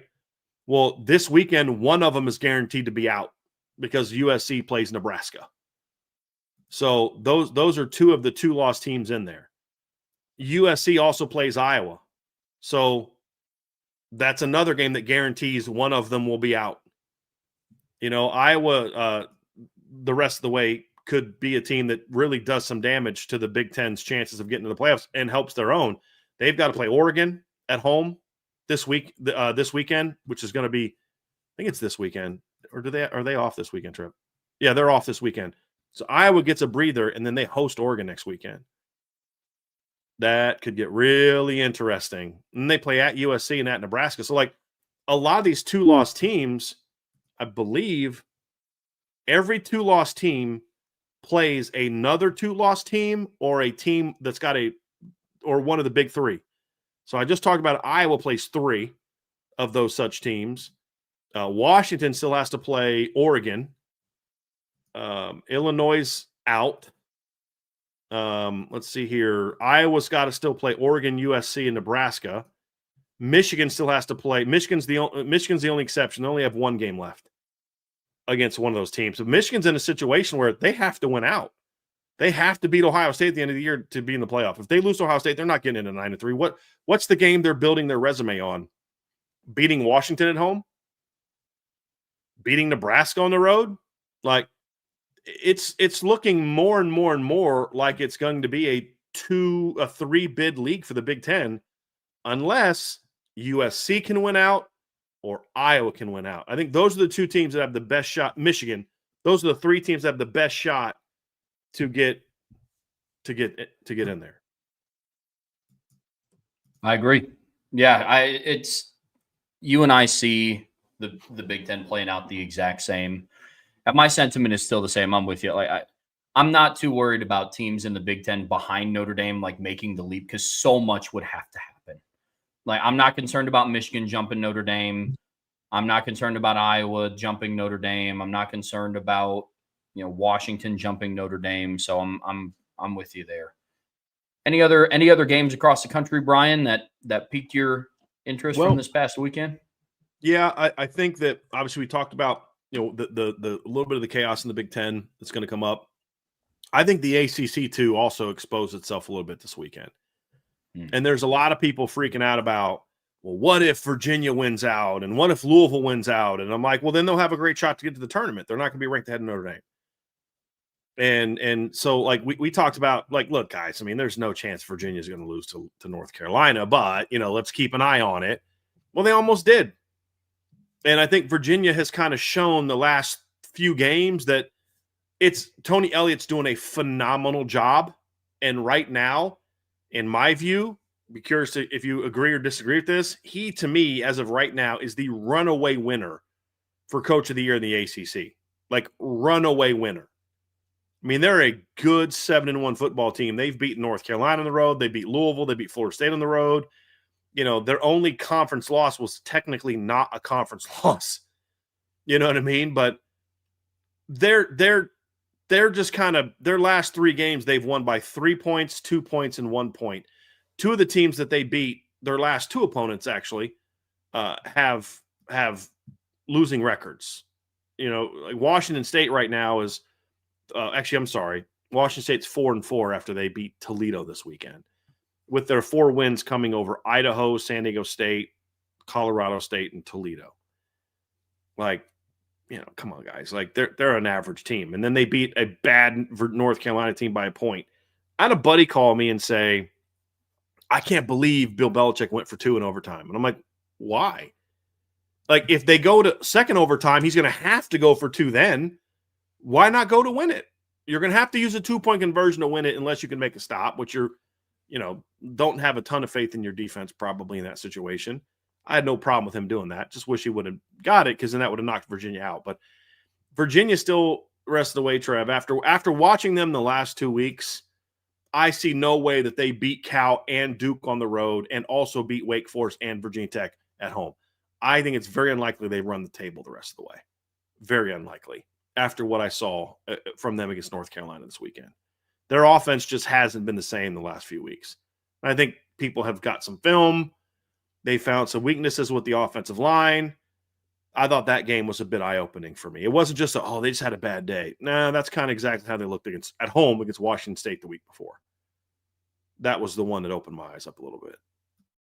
No, I agree. And then the other team that you mentioned was Louisville in the ACC. I also kind of see them the same way that you see Virginia. Big win against Miami, 24-21, the Jeff Brom special. But if you go and you look at their season in its entirety, what they've done hasn't been like overly impressive, I guess. It's not like they decimated everybody that they played and then went and played Miami, who was then the number 2 ranked team in the country, and won by 3 in a crazy upset. I mean, look, at one point, the Boston College game was 31-24.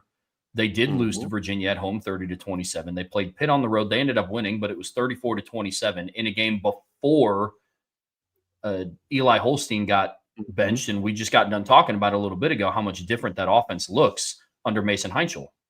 They played James Madison. They won by 14. And then their 2 biggest wins of the season from a number standpoint came against Bowling Green and Eastern Kentucky. So Louisville is a team, especially when you watch how they play on offense with Miller Moss at quarterback. I don't know if they're going to be geared to going into Virginia Tech and then winning on the road, and then going to SMU and winning on the road, and then hosting Clemson. And so there are more potential losses for both of those teams.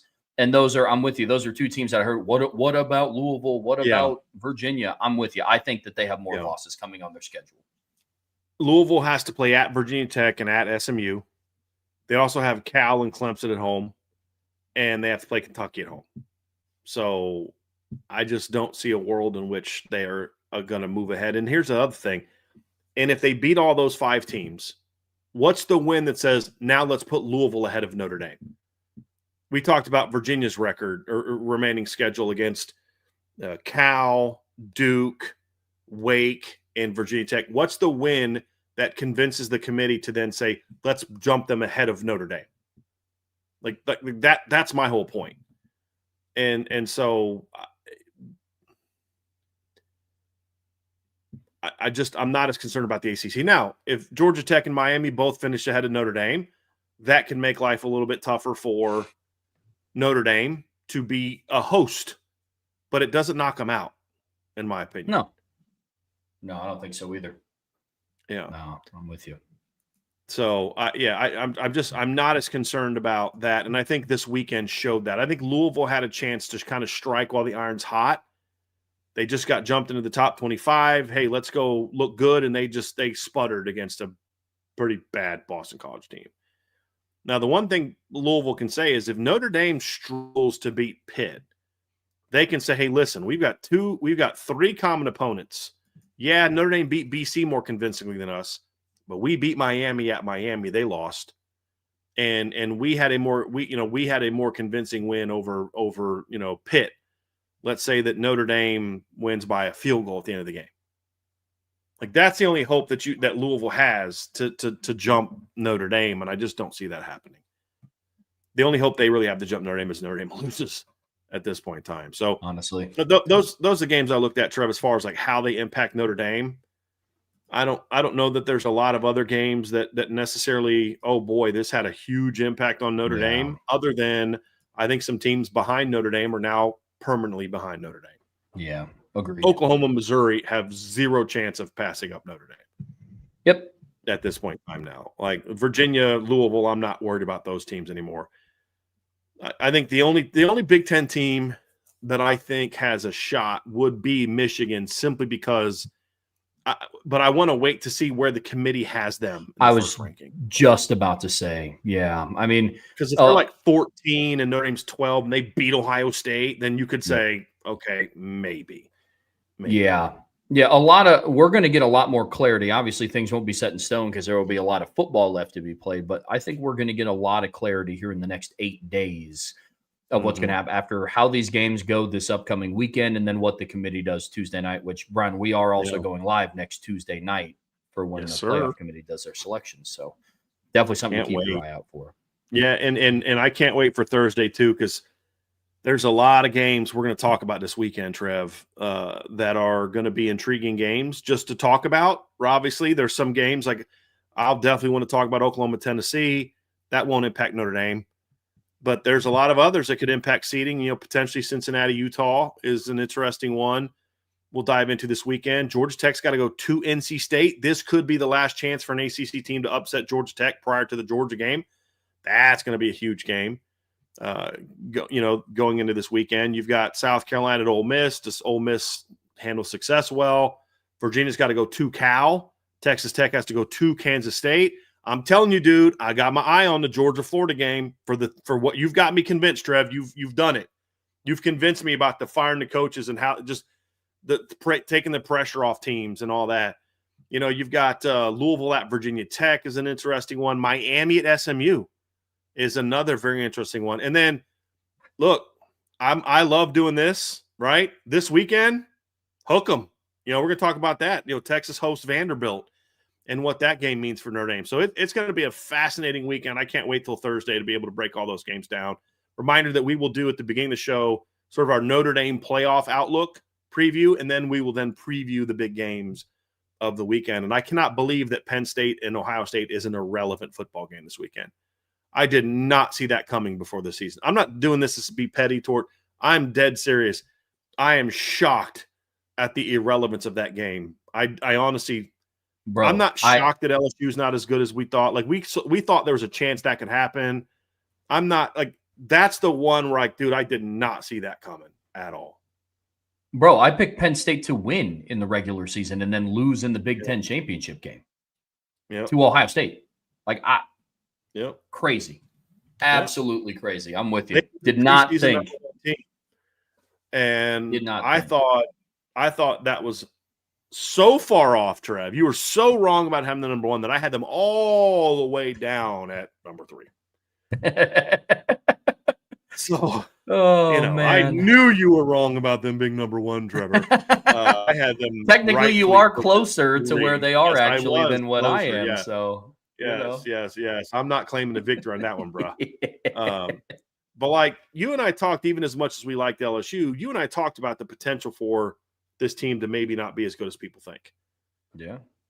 The Penn State one I did see coming, man. I just did not see that one coming. And Miami leaves the state of Florida for the first time this season on Saturday. So safe travels. Hopefully all the airfare goes well. And they got to play at SMU. Have an interest. That'll be in our Notre Dame playoff preview discussion on Thursday. So tomorrow we're going to talk about the Notre Dame BC matchup. We're going to dive a little bit more into that. Wednesday we'll talk keys to victory. Thursday we are going to do our college football Notre Dame playoff preview and then our college football preview. It's going to be a ton of fun. And Friday Trevor's going to be on a plane headed over to Boston to cover the Notre Dame BC game. So it's going to be a lot of fun. Hopefully you can bring the good luck there that IB has had in the past. So my first game to BC, Notre Dame won with 515 rushing yards. So I'm trying to remember what was the score of that game? It was like 49-20. I think what it was. Let me go look real quick. 17 was 49-20. Ran for 515 yards. So hopefully you can have a similar first experience in Chestnut Hill that I did. Bring home even more impressive victory because that was a better BC team than the one that was a team that went to a bowl game that year. Well, here's to hoping. I'm with you. I'm excited to go out there. It's going to be a lot of fun. We do have a couple of super chats to get to before we head out of here today. First one from Wade Garrett. Thank you for the super chat, Wade. Have a great day, IB Nation. #beat BC. From Packer Fan Total Access, our guy Clayton. Thank you, Clayton. Appreciate the super chat. CJ Carr's the real deal. Which remaining opponent do you see as the biggest challenge for the Irish? Thanks for all you do. Appreciate that, Clayton. Trev, I'm curious, what is the FanDuel? Have they released the props for this weekend with CJ Carr? So here's my thoughts on this one, Clayton. I think it's a different opponent for either side of the ball. I think overall, the best team Notre Dame is going to face from here on out is probably Pitt. This Pitt team's playing offensively. Their defense is the same exact defense it's been all year. It's not good, but their offense has been really legit the last month. The team I'm most concerned about from a other standpoint is Navy. Look, and this isn't an anti-Chris Ash comment. I felt the same way about Al Golden back in 2022. You're getting a guy that's been in the NFL for a few years, hasn't coached against an option team in a long time, going against a good Navy team. And this is a much better Navy team than the one Al Golden went against in 2022. That always makes me nervous. You say, well, Notre Dame should score. Well, that just means you're one redshirt freshman quarterback mistake away in a game where you only have 5 possessions from losing that game 31-28 or something like that. You know what I mean? So that's the one that makes me the most nervous. But the team that's the biggest challenge, I think, is Pitt. Because they do very well what Notre Dame hasn't been very good at stopping this year. And that reared its head a little bit against USC. So that their performance against USC combined with what Pitt has done the last couple weeks throwing the football makes that game a little bit more nervous for me than a little bit more of a challenge for me than maybe I would have said to you about a month ago or 2 weeks ago. Yep. Same page. Yep. From Andrew Burke, thanks for the super chat, Andrew. I think this was Brian Kelly's first time being fired as a head coach. How do you think he spins his tenure at LSU when he starts interviewing for new jobs? That is actually correct.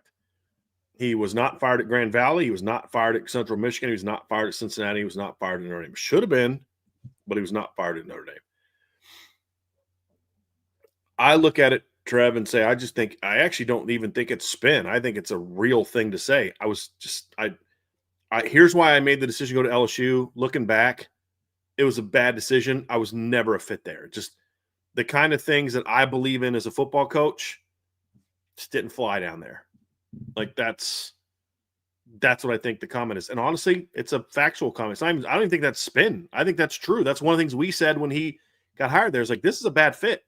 I've said this so many times in the past, Trevor, that people are probably sick of me saying it. But not every coach can win everywhere. Like I thought Tom O'Brien was a heck of a football coach all those years at BC. Then he goes to NC State, fish out of water. Randy Edsel did a great job at UConn. Goes down to Maryland, just fish out of water. Like, not everybody is Nick Saban, where they can coach kind of anywhere. Fit matters. And I just never felt the fit made a lot of sense. I agree. I agree that the fit never really made a whole lot of sense. I think where you are, and I'm saying this sarcastically, this is not a indictment of you. You're just a good person. Thanks. And where your error is, I think, in this is assuming that Brian Kelly is going to take some sort of self-accountability for not working out at LSU. It's like, oh, it was a bad fit.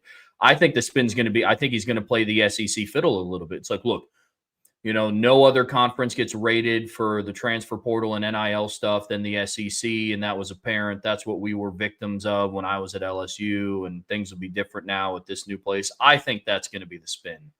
Personally, I think that will be you can't retain talent like you used to at LSU, and that's what was so tough about it. I could 100% see that, more so than just Brian Kelly being like, yeah, I just accepted the job, was in a little bit over my head. It was, not a good fit. I think your answer is the correct one. I just don't think that he would say that. That's. Well, I think he'll have to, because he's going to get asked. I mean, I think he's at least, look, he didn't get to this point, in my opinion, by not being smart enough to know he's at least going to be asked about it. Sure. He can maybe think it's BS. He can maybe think like, dude, like, I was fine those kids down there are losers. They're, whatever. They're this, they're that. We don't have this. We don't have that. That's all fine. But, yeah, I just don't think, I think he's at least smart enough to know that he's going to have to address it. Maybe I am giving him too much credit, but yeah, I think he's at least smart enough to know he's going to have to address it, even if he doesn't believe that it's the case. But you could be right. I could be too nice. That's the first time I've ever been accused of being too nice in a comment about Brian Kelly. It's definitely a first. I dig it. From Alan Watson, thanks for the super chat, man. Hey guys, had a great weekend. Brian Kelly reminds me of Rick Renteria. Solid coach, great in lower divisions, but to take the step, someone else is needed to cross the finish line, and Rick was nicer. I don't know a lot about Rick Renteria as far as his personality, but he was a manager for the White Sox for a few years, but didn't go well. But yeah, I don't know. I think we addressed it a lot last night. I don't think Brian Kelly's a championship coach. I still think he's a good football coach. And at a Michigan State, at a place like that, I think he could be just fine. Where the expectation is just to win 9-10 games a year. But if Brian Kelly's going to be successful, he's going to have to really think about how he interacts with players. Yeah. Because, the 2 days afterwards, when you got Malik Neighbors, right after Brian Kelly's fired, puts an IG post out where he's literally kicking rocks. You have a bunch of former players that played for him that are I didn't have anything against the guy, but, I never really had any interactions with him. It's dude, if you want to coach football again, you have to understand this is a different era. You just can't be crappy to players and ignore them and not build a relationship and expect them to want to play for you in this era. You